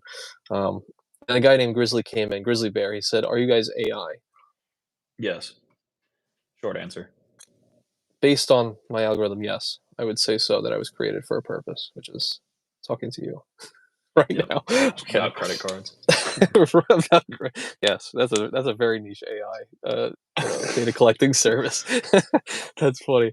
Um, okay, so so I think that's good for a lot of people who are kind of getting started, and I like your advice. You pretty much are just stay the course, do something consistently, and you know if you're doing it right and you care about it and you want it to grow, it will. Just give it a long enough Yeah. time horizon. So I like that, and Yep. then little nuances in between. What about for you though? So now Mhm. you're 15K. That's I remember when I first started my channel, or at least when I hit 100, Daniel Brown was at 10 and now he's over 100. So you must Mhm. be having some thoughts on what you can do to move the needle to kind of grow from beyond 15K to 100K and even beyond that.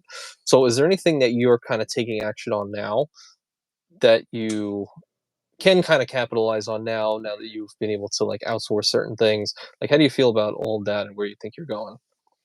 Yeah. I my first thoughts with that is that my focus has shifted a little bit. Like I think I mentioned earlier, to again just making it to where I don't burn out from this. Mm, Um, 2 videos a week. I do think that that is sustainable for me. I've been doing it for a year now, and it's only sustainable for me because I have help. I have editors that help me. mm, I have even a thumbnail editor that helps me and stuff like that. So the processes are a little bit easier. But I mean, this is a full-time job. I think originally whenever I got it, I mean, it's more than a full-time job, I should even say. Like I work 7 days a week, which I'm sure you do too. It's just like there's not really time off from YouTube. Like it's always there. Um, but but yeah, whenever I first got into YouTube, I think I got into it with the assumption of, oh, I can maybe make a good amount of money by working 5 hours a week or whatever. And that's just, to me, has mm, not been the case yet. I know that you could probably get to that point if I had 500,000 subscribers and I posted once a week and didn't do any of the editing, any of the scripting, any of that. Like, yeah, it could be possible. But right. that, yeah. But now looking forward, I'm at an amazing milestone. I mean, if you would have told me, 2 years ago that I'd be at this stage, I would have literally thought you were crazy. I expected to make no money from the channel for the first year. I didn't expect to hit 1,000 subscribers for the first year. So that would Mm, put me at, even if I doubled, or I guess at that point, if I had like 5,000 subscribers at this point, I'd be like ecstatic.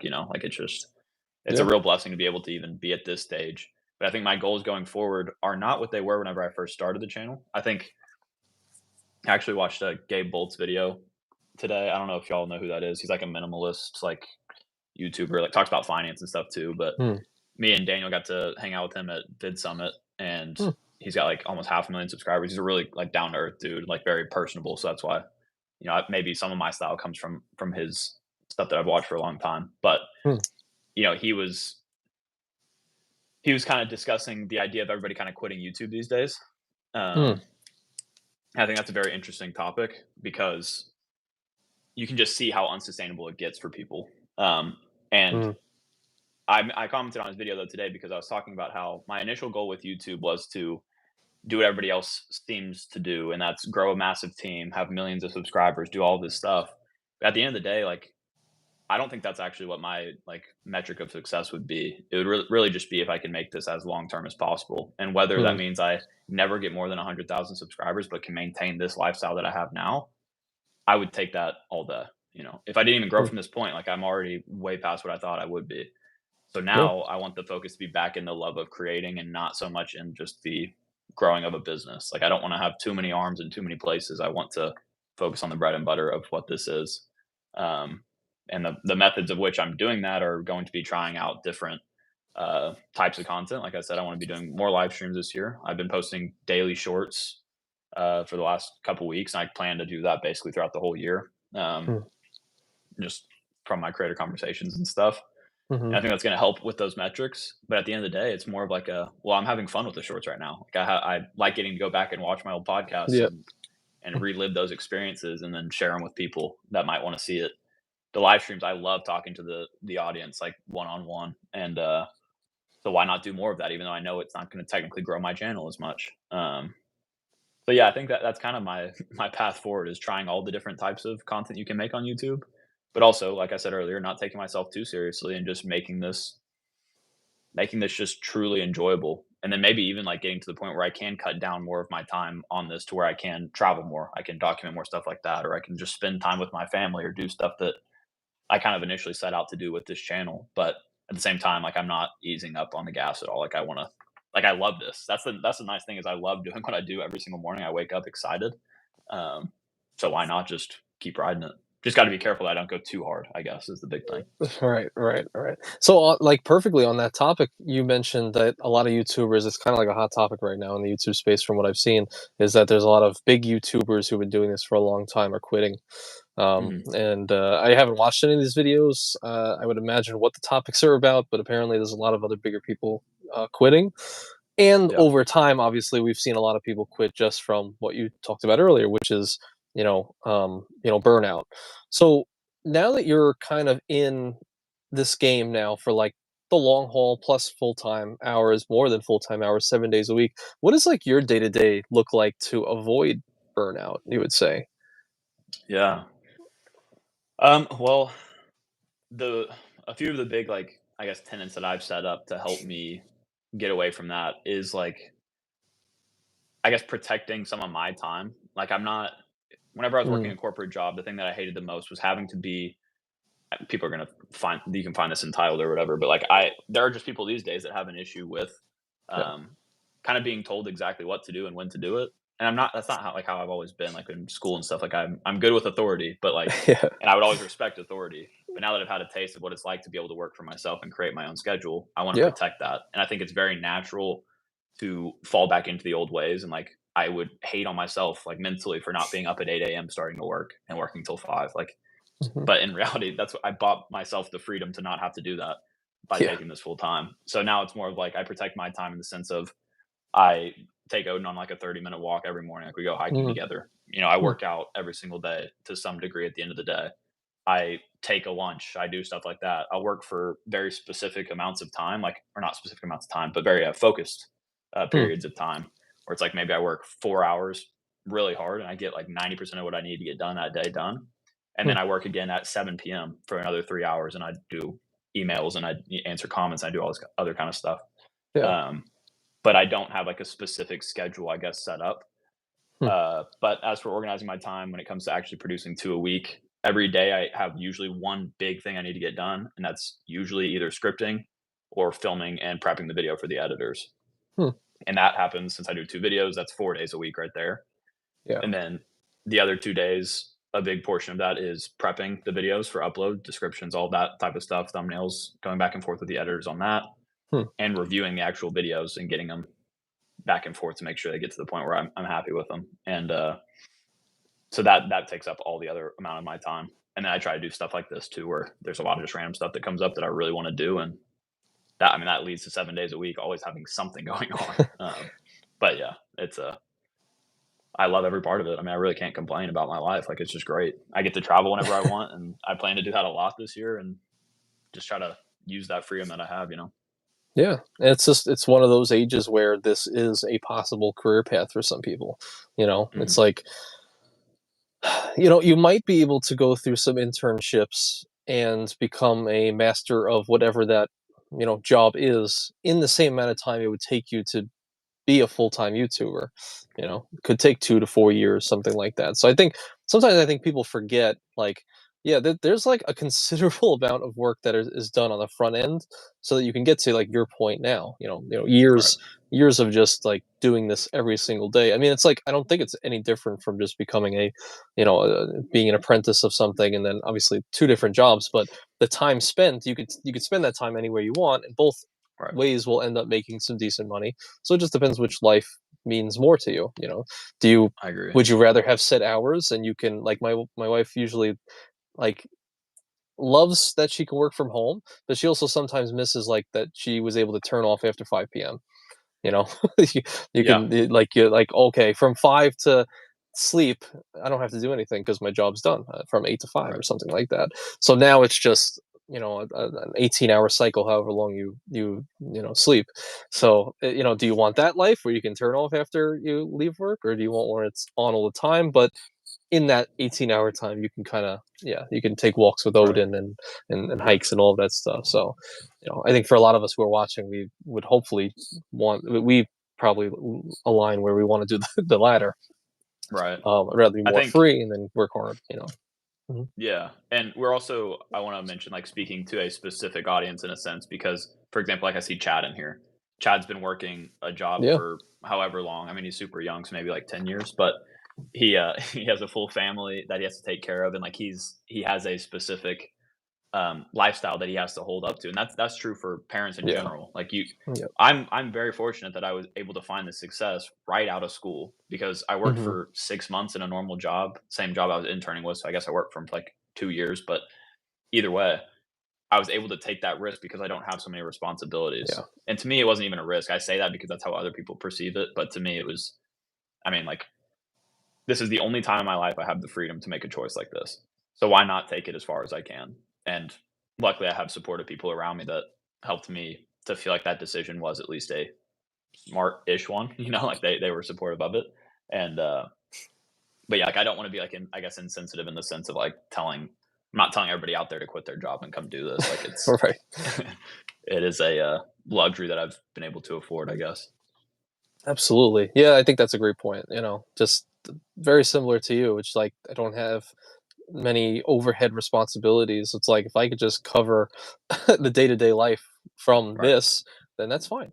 That's fine for now. And I could wait years to grow into other things, house, kids, all that stuff, if I just continue to stay on the path that you're kind of forging here. Right. And Chad chimed in saying, "LOL, I'm as young as I feel, depending on the day." Yeah. And Keith mentions my work brain never turns off, and it's a problem. Yeah, I could see that too. I can definitely see Yeah, but that. Keith Yeah. doesn't Hmm? Keith like he works Keith, do you have your own businesses or am I making that up completely? I I think feel you're like he right. does something that's like more similar to like that entrepreneurial lifestyle in the sense of you don't have that 8 to 5 and you're done kind of thing. Like Yeah. that is the biggest issue that I've faced so far is that I never am able to turn off really. But I'm getting better, trying to. Yeah. And in one way, I kind of like it because it's like you can learn. Yeah, I don't know. You get the drop on things faster than other people when you're so in it. You're like, okay, I Right. know this is doing well. Okay, let me go like film this right now or something like that. And you're just so in it that things are better. But that's just a different Hmm. topic of just being consumed by whatever your job is. When I was Yeah. a driving Yep. teacher, I knew everything about driving. That's it. So Right. it's whatever you do. It's whatever you Yeah. do. Okay, so that's great to hear. There was another question, but I'm not remembering. But for the most part, you're still just staying the path, just trying to enjoy the process, growing past where you Yep. are. I Um, think I'll put it this way, a quick summary. Hopefully I don't say anything very quick, but I think you go through like a life cycle of caring and not caring so much about analytics. And you see that from the biggest channels too. Like yeah, I cared so much about the analytics that I almost burned out of YouTube analytics in the first YouTube analytics in the first 1,000 subscribers.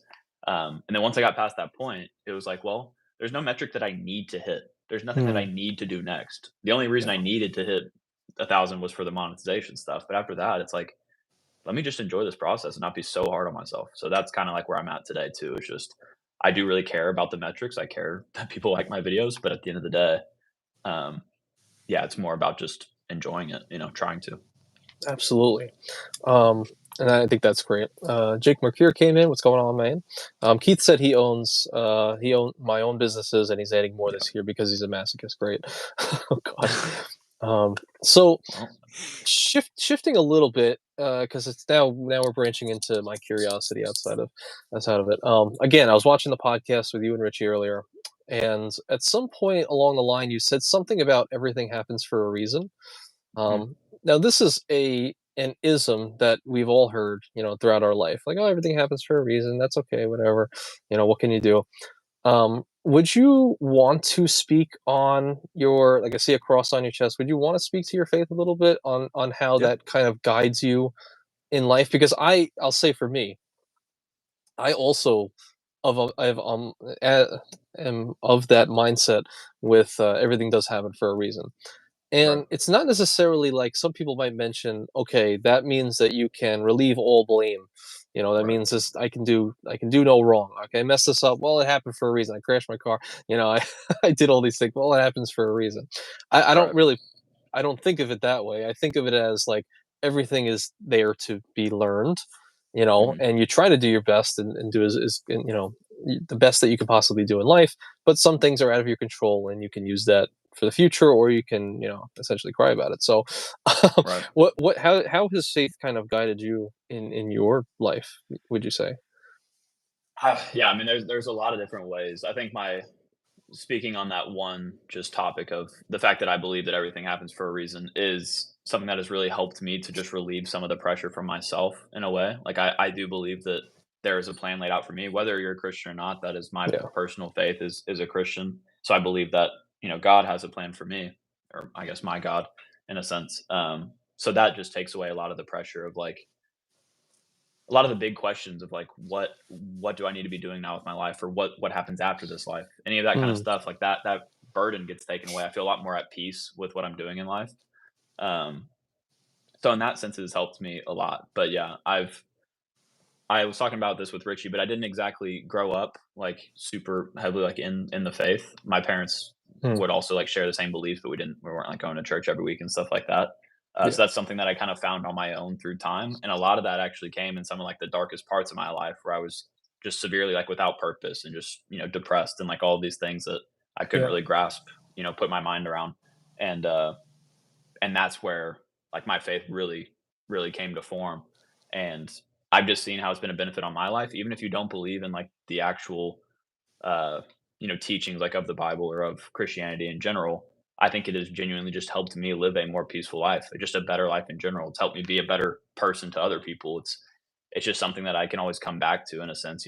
It's a foundation, and I think that's like the root of why I do everything I do. Like even just this YouTube stuff, we want to make it a little bit more superficial again. It's like the main reason I'm doing this YouTube stuff is not for the money. It's not for this like fame, which I don't have fame in this space, but you know what I mean? Like it's not for any of those metrics. It's for like the bigger purpose of legitimately helping people live a better life. And I Hmm. think that in a weird way, credit cards can really help you do that, especially as it comes to like travel and stuff like that. Like Oh yeah. when I get comments of people saying like they took, because of what they've learned from channels like mine, they've been able to take their family on this trip they never would have taken. And that's like a lifelong memory they'll never forget. Like that is the important piece of all of this to me, and that's what I Yeah. hope to share through my content. And whether or not I talk about my faith on my channel is kind of neither here nor there. I just hope that through like my actions and the way that I hold myself, it can be somewhat of a light to people of like maybe just even wondering why I hold myself like I do, and that I think is all thanks to God, in my opinion, than anything that I've ever been able to do. So that's why like you'll hear me say a lot of things too, like that this is just a massive blessing that I've been able to get all these Yeah. things in my life. Like I don't hold any of these achievements as my own, I guess. And I think Hmm. that's been a way that's maybe helps me not let this stuff kind of get to my head, because the numbers really are insane. And like I'm just so thankful for it all the time, but it can get dangerous if like you think that your actual worth is wrapped up in these numbers. But yeah, to me it's not. It's wrapped up in something bigger. So I don't know if that answered your question at all, but Yeah, I like that too because I didn't actually consider that side of it. In my life, it's always been like this thing really sucks, whatever it may be in my life. And this has kind of come more into fruition the last year, but all these mhm, different things kind of lead you into the person that you want to be, in life. Eventually, you'll grow into the person you would hope to be in life. Um, right. but I also like what you just said um, about. Hmm. Me not having it tied with or my worth tied in the numbers. Is that what you're talking Yeah, about? yeah, I like that because it's like I never considered that maybe your ego would not be tied to it because of a given outcome. Like this was given to me via just because this is the way life was supposed to not maybe not given to you, but this is the life path that I'm on. Um, whatever that looks like for you. But it doesn't necessarily like should give you the right to now have an ego because you did this thing. It's like, well, it Right. was kind of planned for you in a way. And I know a lot of this stuff sounds like woo, like oh, it's a plan for your life, and what am I supposed to do? Nothing and let it fall in my lap? Well, it's like I think you get these little pings in your life where you're like, okay, Right. this makes sense, and for some reason in my stomach, I feel like this is something I should do. It's like, even though your Right. brain might be like, I don't know if that makes sense, but you're like, out of nowhere, you just got hit with something. You're like, well, I guess this might be the time. If there was ever a time, I guess this would be the time. And then you do it, and Yeah. you end up, whatever that path was. And a lot of these things you couldn't plan for. Mhm. It's little things that you do over the years. Like I always remembered, one of the main reasons I like doing the live streams, like why I started doing them so long ago, over a year now, was because I used to teach people via Zoom, which is basically a live stream, to Yeah. 30 plus people about driving. I used to teach them, like, people how to drive and how to pass a road test in New York. So I gained those skills in an area of my life that could have been more far from doing YouTube as a career. I was a Yeah. driving teacher. How the hell does that relate to YouTube? But I realized, like, I couldn't have planned to be a little bit better at this because of just all the things that have led me to this point. So I Mhm. don't know. It's like not being attached to a particular goal, so to speak. Like, this is what I'm going to do for sure. Yeah. But letting life kind of happen to you a little bit, taking Yeah. good strides in whatever direction it kind of pulls you in, and then taking that wisdom along the way. And you can't plan for where we all end up anyway. Right. It's Yeah. I think you know, that's a good way to summarize the future aspect of it, of like it takes that burden away from you having to feel like you control your destiny, because to my in my opinion I don't, like I use what I've been given to the best of my abilities, like you just kind of said, and that's all yeah, you can do. It's also helped me deal with past issues as well, like coming to grips with things that might have been traumatic in the early stages of my life, when I realized that it was all for a bigger purpose that I can't understand right now, and it's yeah, brought me to this point here today. Like that, I only have reason to be thankful rather than like hating towards a past version of myself and stuff. So I don't know. It's just in my opinion, it's helped me live a better life. But gotcha. So if we can go from the almost ethereal to now to the superficial, I wanted to ask you yeah, something fun, which was, has your life changed in any way that you have 15, over 10,000 subscribers? In a way, people look at that as like a mini celebrity, if they're mm, outside of the YouTube world, right? Like, wow, you're like a face on here, right?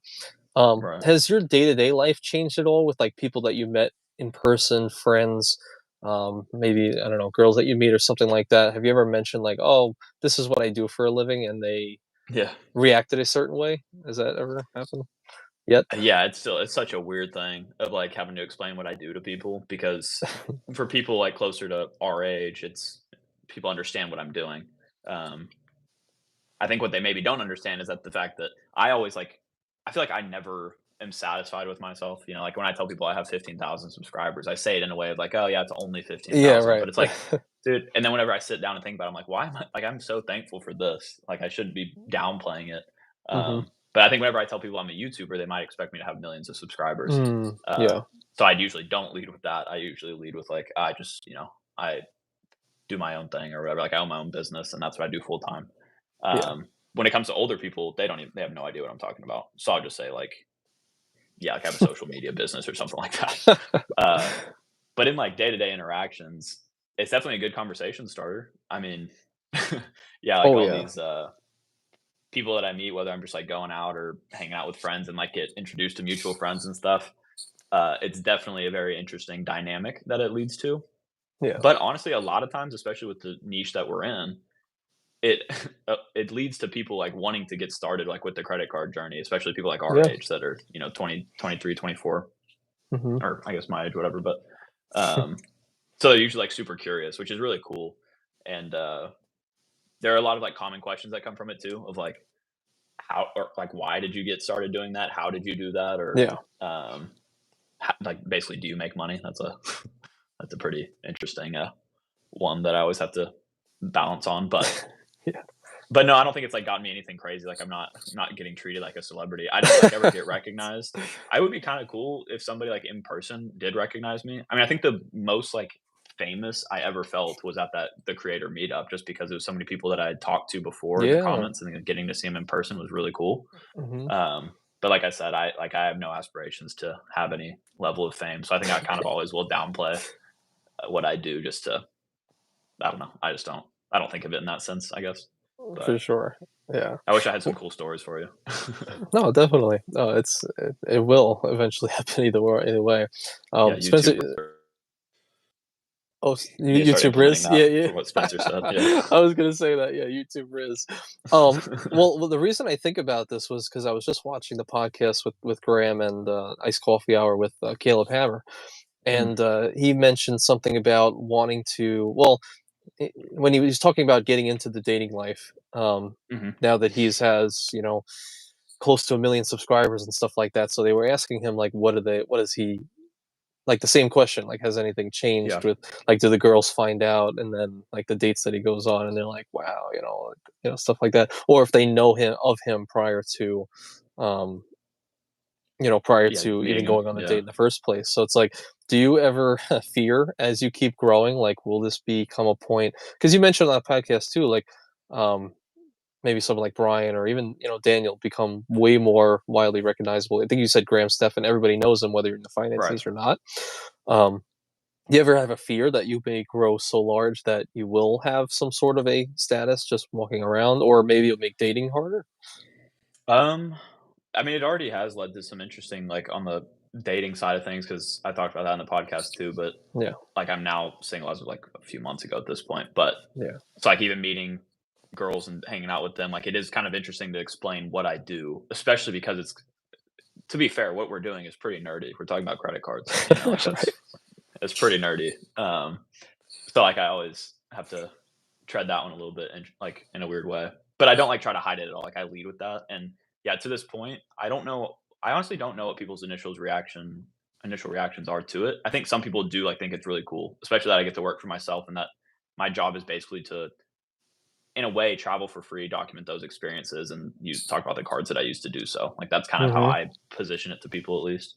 Yeah, And so in that sense, it's cool. But like I said before, I think, like, if I was Graham Stephan's size, I don't think I would like that. I really don't. I don't think I would enjoy yeah. being recognized. I don't think I'd like that at all. Always feel like there's somewhat of a little bit of a target on your back. I don't like that Mm, idea, which is why, like, if I just got to, like I said, Daniel's size and I never grew past that, I'm good. I that's think that's fine. like a sweet spot where he might get recognized in an airport lounge, but other than that, he's Yeah, probably not getting recognized. So, like, that's kind of where I'd like to be. Uh, but yeah, I mean, I'm proud to be a part of this community. So I wish that I could see more people in person and talk to them about it. So yeah, we'll see how that changes over time. But yeah, definitely. Um, Mr. Dr. Vinny Bobot said the best kind of nerdy, the one where you make money and travel. Yes, and then Chad said doesn't feel too nerdy from Rome. Hell yeah. yeah, exactly. um, I guess Chad mentioned what happened to the podcast with Mark Plymell. I assume you just both got busy. Yeah, I mean, yeah, I don't think it's like a secret, but that Mark had taken a bit of a break from YouTube, and I think he kind of maybe started posting recently again. But we haven't Yeah, talked since he last told me that he was kind of going to be taking a extended break, and yeah. we just haven't picked it up since then. So we'll see what happens there, but I'm not too sure. Hmm. I mean, I don't want you to speak for him, but on the topic Yeah. of burnout, you think he was burnt out a little bit? I think we all deal with it. Like, Yeah, yeah, like you said, I'm not gonna say that that's the reason for it, but I do know yeah, that he had a lot on his plate. I mean, he ran like 5 or still yeah. runs I like know. 5 different channels, which It's I could never ridiculous, do. If I was in his shoes, it would have been because of burnout. That's for sure. But for I sure. don't know Yeah, for him. But gotcha, gotcha. Um, this is gonna be so funny to kind of just bring up, but Joe Barreto, the Credit Connection, he was in here a little earlier. He mhm. personally texted me because he wanted to get your thoughts on something. Okay. And not related to YouTube, but it's credit cards. So he wanted to get your thoughts because I think he's mulling this over himself. Um, so if you want to shift to it, I told him Okay. I would do it for him. Um, Okay. he said I wanted to ask him. Okay, he wanted to know, in your opinion, Mhm. what is the best overall card to have when you're comparing the two? The Chase Sapphire Reserve or the Venture X, now that there's been changes, with Hertz and stuff like that. He wanted to know your thoughts. CSR, Chase Sapphire Reserve, or the Capital One Venture X overall card to have. I mean, if you want, I'll make it simple and then I'll get more granular because, like I said, I Okay. can't make anything short. Yeah, If you want an actual travel credit card, I'd go with the Reserve. I don't think the VentureX is really a premium travel credit card. I've said that a lot in my videos recently, and I made a full video about my thoughts on that. Yeah. I think it's a great mid-tier premium travel credit card, but if you really look at what it offers, it's not giving you, like, a ton. I mean, you can get the effective annual fee wiped automatically right now with a $300 travel credit Hmm. and the 10,000 anniversary miles, but other than that, what is it giving you besides priority pass, not even full priority pass lounge access and global entry and TSA pre-check? I mean, I personally use it for the rental car status, and then of course now they're removing that. So it's like, okay, I don't even know what this card's gonna be good for me anymore. But no, I do think like it is a good card. I'm not trying to say that you should not get it. I do genuinely enjoy it as a holder of it, and I would recommend that people do apply for it, depending on where you're at in your game. But for me, the Chase Sapphire Reserve has been a much more travel focused credit card, and it's Hmm. has full priority pass lounge access. It has the effective annual fee is harder to wipe. I will say that, but like I said, if you're using it for travel purposes, it shouldn't be that difficult. Especially if you have Hmm. like a Sapphire Lounge in your home airport, like I do. Like that's Hmm. easy enough for me to wipe the annual fee. Like I went to a had a snowboarding trip in New Mexico. I don't know, maybe a month or so back or something like that. And well, for one, whenever we got to the airport in the Austin airport, we have the Chase Sapphire Terrace Lounge, free food and drinks. Granted, it's not anything crazy, but I brought two of my buddies in there, and we were like drinking at like 10 a.m. and just like utilizing the minibar to its fullest extent. And Wow. if I would have bought any of that in the airport, I mean, it would have cost us $100 easy. So it's like, Oh yeah. I mean, there you go. That helps wipe the effective annual fee, and it's doing what I want it to do, and that's give experiences to the people that I really care about as well. So Hmm. for me, like even that perk alone's been great. But yeah, I plan to utilize it in a lot of different ways, including the other lounge access it has and stuff like that. But it Hmm. just depends. Also depends on what ecosystem you're in. You know, like if you have the Saber one, the Ventrex could be amazing just for the transferability out to the partners. Yeah. Um, but for me, like I prefer the Chase ecosystem right now, and yeah, so the reserve just makes a ton of sense for me. Gotcha, gotcha. And I will say, just speaking from the comments, because you speak from your own experience, like a lot of Hmm. people do, and that is, maybe you're a solo traveler at the time, maybe a couple Right. friends, whatnot. But a lot of people mention in comments, would this skew you at all? Is if you had, other family members, maybe, player two, and then you have a kid or a family, so to speak. Since the Yeah. VentureX has like, as Michael Wong said, the free authorized users until that Right. gets taken away. Um, who knows? But would Yeah. that skew your Exactly. mind a little bit if you did have a family? You think? It would. I mean, granted, you get two guests for the reserve two for all the lounges that it gives you access to, right? So that helps if Hmm. you just have a one kid, I guess, and a spouse. But Yeah. yeah, I do think that again, I think the VentureX has its specific use cases. For me, like I said, it was the rental cars and still is right now. Like that actually works really well for me with the status it gives. Yeah. And I can wipe the annual fee with the travel credit and all that. And then also the free authorized users is huge. I mean, I talk about that in all the videos I think I've covered the VentureX with. Like that perk alone can net you thousands of dollars in free value every single year, really, if you take into account the cost of a priority pass membership and all that. Yeah. Hmm. So, in that sense, yes, I do think it's worth it. But like you just said, I would not be surprised if they get rid of that pretty soon. So, I wonder. Could you imagine? Oh my god, that would be horrible. I mean, that Jesus. card I think would just go down the drain. But the thing is, like, it's still easy to get positive value from. So, like, I guess until they make that not happen, I don't know though. People Hmm. get fed up. Like, I don't like that you have to do it through the portal. That does annoy me. Yeah. It's It's not true. bad, but it does annoy me. Yeah. Reserve at least is very very generous, and you Yeah. could use it. Swipe the card. 300 back. Yeah, I like that a lot too for that card. Here's also a side note. Talking about the lounges, I want to get your thoughts on this, and even you guys watching live right now. I want to hear what you guys Mhm. think about this. So there's a guy, there's a person in the Discord named Kirabot, and I always love their insights. They seem very well insightful on a lot of things. So they had a question. They were just pondering. They're like, why is it that when we mention that these cards have priority pass lounge access, yes, all these cards kind of have them, but how come we're not valuing it on the price of the priority pass membership? Like if you were to get that outright, $200, whatever it is, 300, 400, depending on the Right. level. It seems like everyone values it just based on whatever food you would have gotten if you were to go to a priority pass lounge. And do you think that makes sense that everyone kind of discounts it outright, or you think we should add that in? It depends on whether or not you would pay for that without having it, I think. For me, I would never pay for a Priority Pass Select membership, I don't think. So in reality, that does not lower my effective annual fee. So that's why I don't Mm, count it in my calculations. If you're hmm. somebody that you're sitting there without any access and you're gonna go buy it, then yeah, that definitely that gives you way more value if you have a card with it. But that's not me. And the food is like another thing too, where like technically would I be buying that food? Um, if not, probably not. I'd probably bring my own food instead. But Yeah. I do order meals and stuff while I'm at the airport, like if I'm have a layover and stuff like that. So having that access is nice. Hmm. Um, so that I take into consideration a little bit, um, but yeah, I personally would not probably ever count the cost of a lounge access in actually reducing the effective annual fee. But like I just made the example of, it is nice to at least know that with 4 free authorized users on the Venture X, if it's $300 for a Priority Pass Select.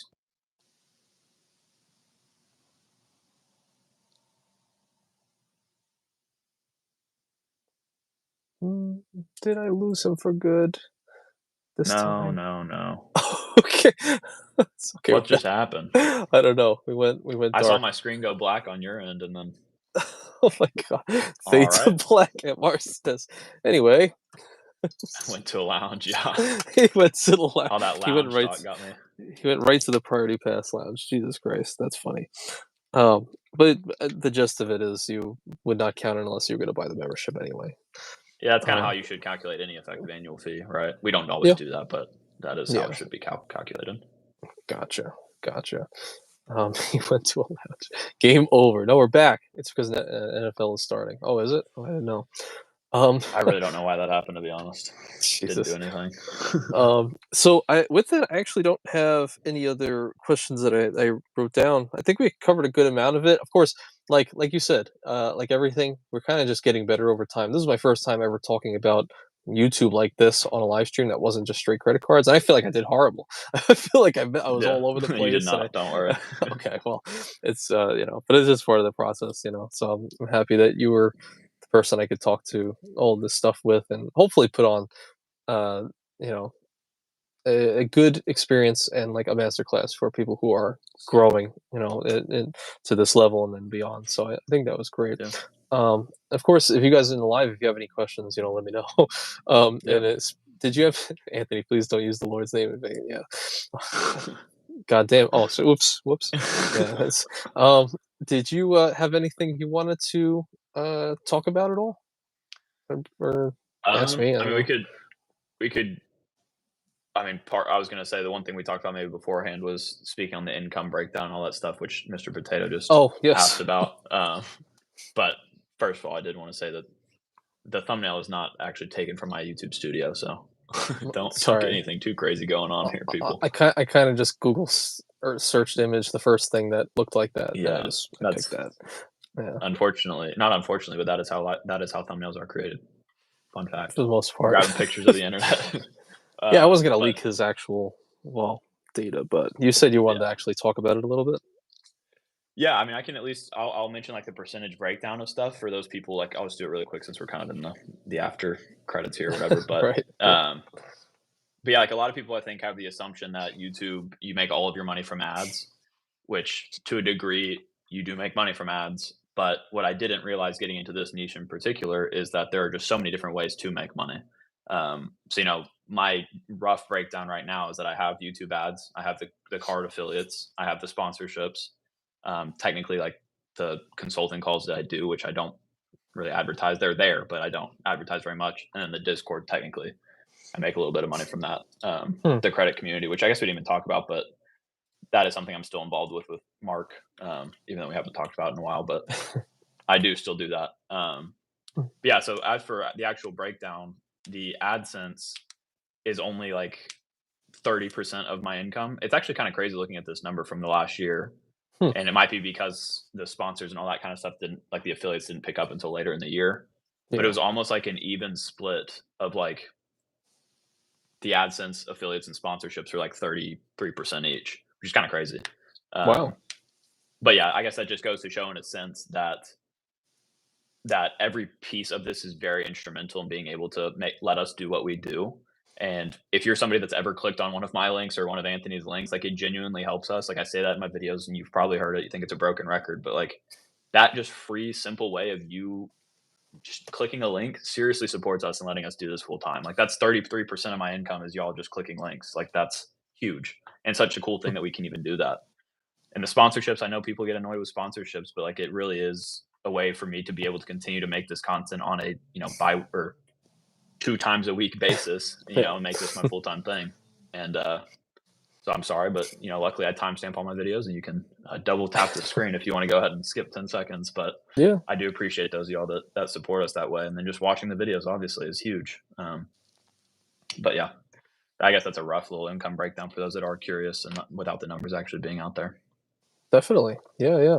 And I think some people also wonder, like, how do referral links kind of help you in your channel? Or, like, how does that actually, like, how are you supporting the channel by doing that? And I was actually thinking about it the other day. I was like, well, it helps in two ways. Like, if you get a Chase referral, right, it's like 15K. Okay, cool. You found value in whatever I just said. You were gonna apply for one anyway. Use my link. Okay, cool. I have 15K points. I mean, that's realistically, well, you could use that for travel, flights, like you do Southwest, you do Hyatt, or you can cash those points out at 1 cent per point, and now you just technically made $150 for that video, which took Right. you, who knows, 10 hours to do. Right. So I thought that was an interesting way to think about it. Like a Chase Inc. referral, 40,000 points could be $400 Yeah. in cash, and I just thought that was an interesting um, question that I Yeah. saw in some comment section somewhere. He's like, "How does it Yeah, I mean, I actually help you?" I talked was like, "Well, a lot, actually." Yeah, I talked about it in the, my points breakdown for the year or whatever of 2023. Hmm. Like how many referral points you can earn from this, and what I try to use them more for my channel. Like, it's great Yeah. that a lot of people in the comments are, like, super supportive and are like, "Well, why are you trying to explain yourself? Like, you deserve these referral points and stuff." And Mm. I do, like I said, I do think it's nice that we get to be rewarded for our work. But you have to think too that, for me at least, I think of my referral points as being a travel bank for me to then travel, and every single one of my trips that I take, I document in some way on the channel. So I'm Mhm. basically reinvesting those profits into the business. But Mm. then, so yeah, and there's also that whole discussion of there's a difference between referrals and affiliate links too. They're different. They're Yeah. different sections. Like, referrals are points to our account based on links that y'all also have. And then affiliates are from, like, cash payments that we get for once you, Yeah. if you're maybe there, I don't know, maybe they have a better offer in their affiliate system, so we link those instead for y'all or what have you. But so there's two different routes to that. Referrals aren't even taken into account here, but if you accounted referrals and affiliates in here and actually cash valued my referral links, that would probably be like 70% of my income or something stupid. Like, it's a big Wow. portion, Yeah. Yeah, that tracks. Yeah, it's a great, side of this whole thing. Right. And of course, obviously, free to do so. It's like they don't Yeah. take anything from doing that. Yeah. And also, like we talked about earlier too, with the linking in the early stages, like, if that's your whole reason for making a video, people can tell. Once again, I know I don't want to, like, Yeah. obviously say any creators, but I've y'all see it too. Whenever, I mean, it makes sense that whenever offers are out, we're gonna make videos about the best offers that are out. There's only so much news to go around in the credit card space. But Yeah. if you're only ever making videos to push a referral link, people can tell, and they don't like that. Yeah. So obviously, if you have that intent behind your channel, I wouldn't recommend it. But Like, I guess it's up to you. You might be doing better than me. right, exactly. I swear, I'm not going on this spree of chasing cards right now just because You're it's right, good right. bonuses. Well, it's Legit, good like, bonuses for us. I legit Like, we need get those to use points them. to fund. Yeah, I just Yeah. signed because I have no other cards I care about right now, and I'm somehow Right. beating 524 left and right. Um, actually, video tomorrow. I beat it again. Got another got another chasing God. the other, like, 2 days ago. So I'm like, these points are funding this play and whatnot. So I'm not even. I'm just trying to do it myself. Yeah. Me and my wife, I should say. We'll both get them. Yeah. I I think was another telling thing to you mention. Oh yeah, I was gonna say, I was telling you beforehand that I'm literally fresh out of chase points. So yeah. that, until I guess recently, which I'll cover in another video, or you can go watch Hmm. us. But yeah, we use these points, people. They're not just cashing out and going to my pockets. Like, they're being used for important stuff. For sure, yeah. I thought it was funny because there's also, like, because you think of it from all the other YouTubers we watch, and they push Mhm. so many things. Like, if I watch the iced coffee hour, I was watching yesterday, I was like, "Oh my god, there's an ad, like, every 10 minutes, a Like, real, spoken like, ad." 2-minute long ads. Yeah, of like all these different services. I'm like, well, one, us in our channel, we're not really lumped in with the finance people, so we don't get like a million things. And if we Right. do, it's like shady crypto projects, or Ryan Reynolds is messaging me on Mint Mobile wanting me to push a Yeah. cell phone, and I'm like, I just don't care about any of that stuff. I think a lot of them are, you know, a lot of them are a joke for the most part. So Yeah. it's like, can I just do the credit card stuff? Because that's just the most legit, and it's talking about it anyway, and it's way Right. better than. Oh, and Keith actually mentioned. You just reminded me. Do you have any rules for accepting sponsorships? There were a couple of creators that took sponsorships from Melio for videos about how great Melio was against their competition. I sub for both. I will be transparent here. I was reached out to do a Melio versus like QuickBooks or something like twice. There was like two Yeah. different occasions. I said I know nothing about those services, and it's not even like anything remotely what I talked about. So I said no. Right. They offer some good money too, like a couple thousand. I think at Yeah. times 1,000, 2,000. I'm like, I don't care about any of that stuff. It's a joke. Yeah, that's I'm the same way. Like, I mean, y'all, I know people get tired of hearing the same sponsors on my channel, maybe, but it's because I turn down 99% of the offers that come across my table, including companies like that or just random. Hmm. Like, I've had like microphone like companies reach out and Hmm. just like random like weird stuff that I'm like, this has nothing to do with my channel. But I turn down a lot of them because I only personally take sponsors for products that I actually use. Hence Hmm. why Max Rewards, y'all get so tired of hearing about Max Rewards, but they are the app that I've used since the beginning for my credit card management. So they're a sponsor of my channel. Like, Right. yeah, there are so many opportunities to make money from sponsors, but I try to keep it as actually relatable as possible because I don't want to speak on something that I really don't know. Hence why, like even like the Avon card and all those other things that have come out recently, I have no experience with it and I just don't want to touch it. So I just say no. But that's also Yeah. I'm from coming from a fortunate position to be able to turn down stuff if I want to. But Yeah. I kind of That's stick with true. the people that I know and like and believe in. Really, even if they have issues, I believe in the product at the end of the day. So that's why they're sponsors. Right. Sponsored by Max Rewards. No, Yeah. just imagine. No, yeah, no free promo here. My bad. I thought I heard someone in the Discord say that they were like fixed, or in a way, or like they became Yeah, better, I don't like know the what I'm last week or allowed something. to. All right. I don't really know what I'm allowed to say, but I will say that they've been a much better, more vocal team lately to us as creators too, like telling us what they've been updating and stuff. And I mentioned it in the video tomorrow, but they haven't approved it, so I don't know if I'm allowed to say this. But they did say that like the Amex connection has been like restored to a place where they think it's actually like really good. The Chase Hmm. one they have a lot of issues with Chase, and every company does because Chase is very against like linking to their stuff. Yeah. But they said that they're making a lot of headway with it, and they have like a new CTO and stuff that's been working on it. So Hmm. they say that there's light at the end of the tunnel there, but of course, it's up to your discretion. Gotcha. Gotcha.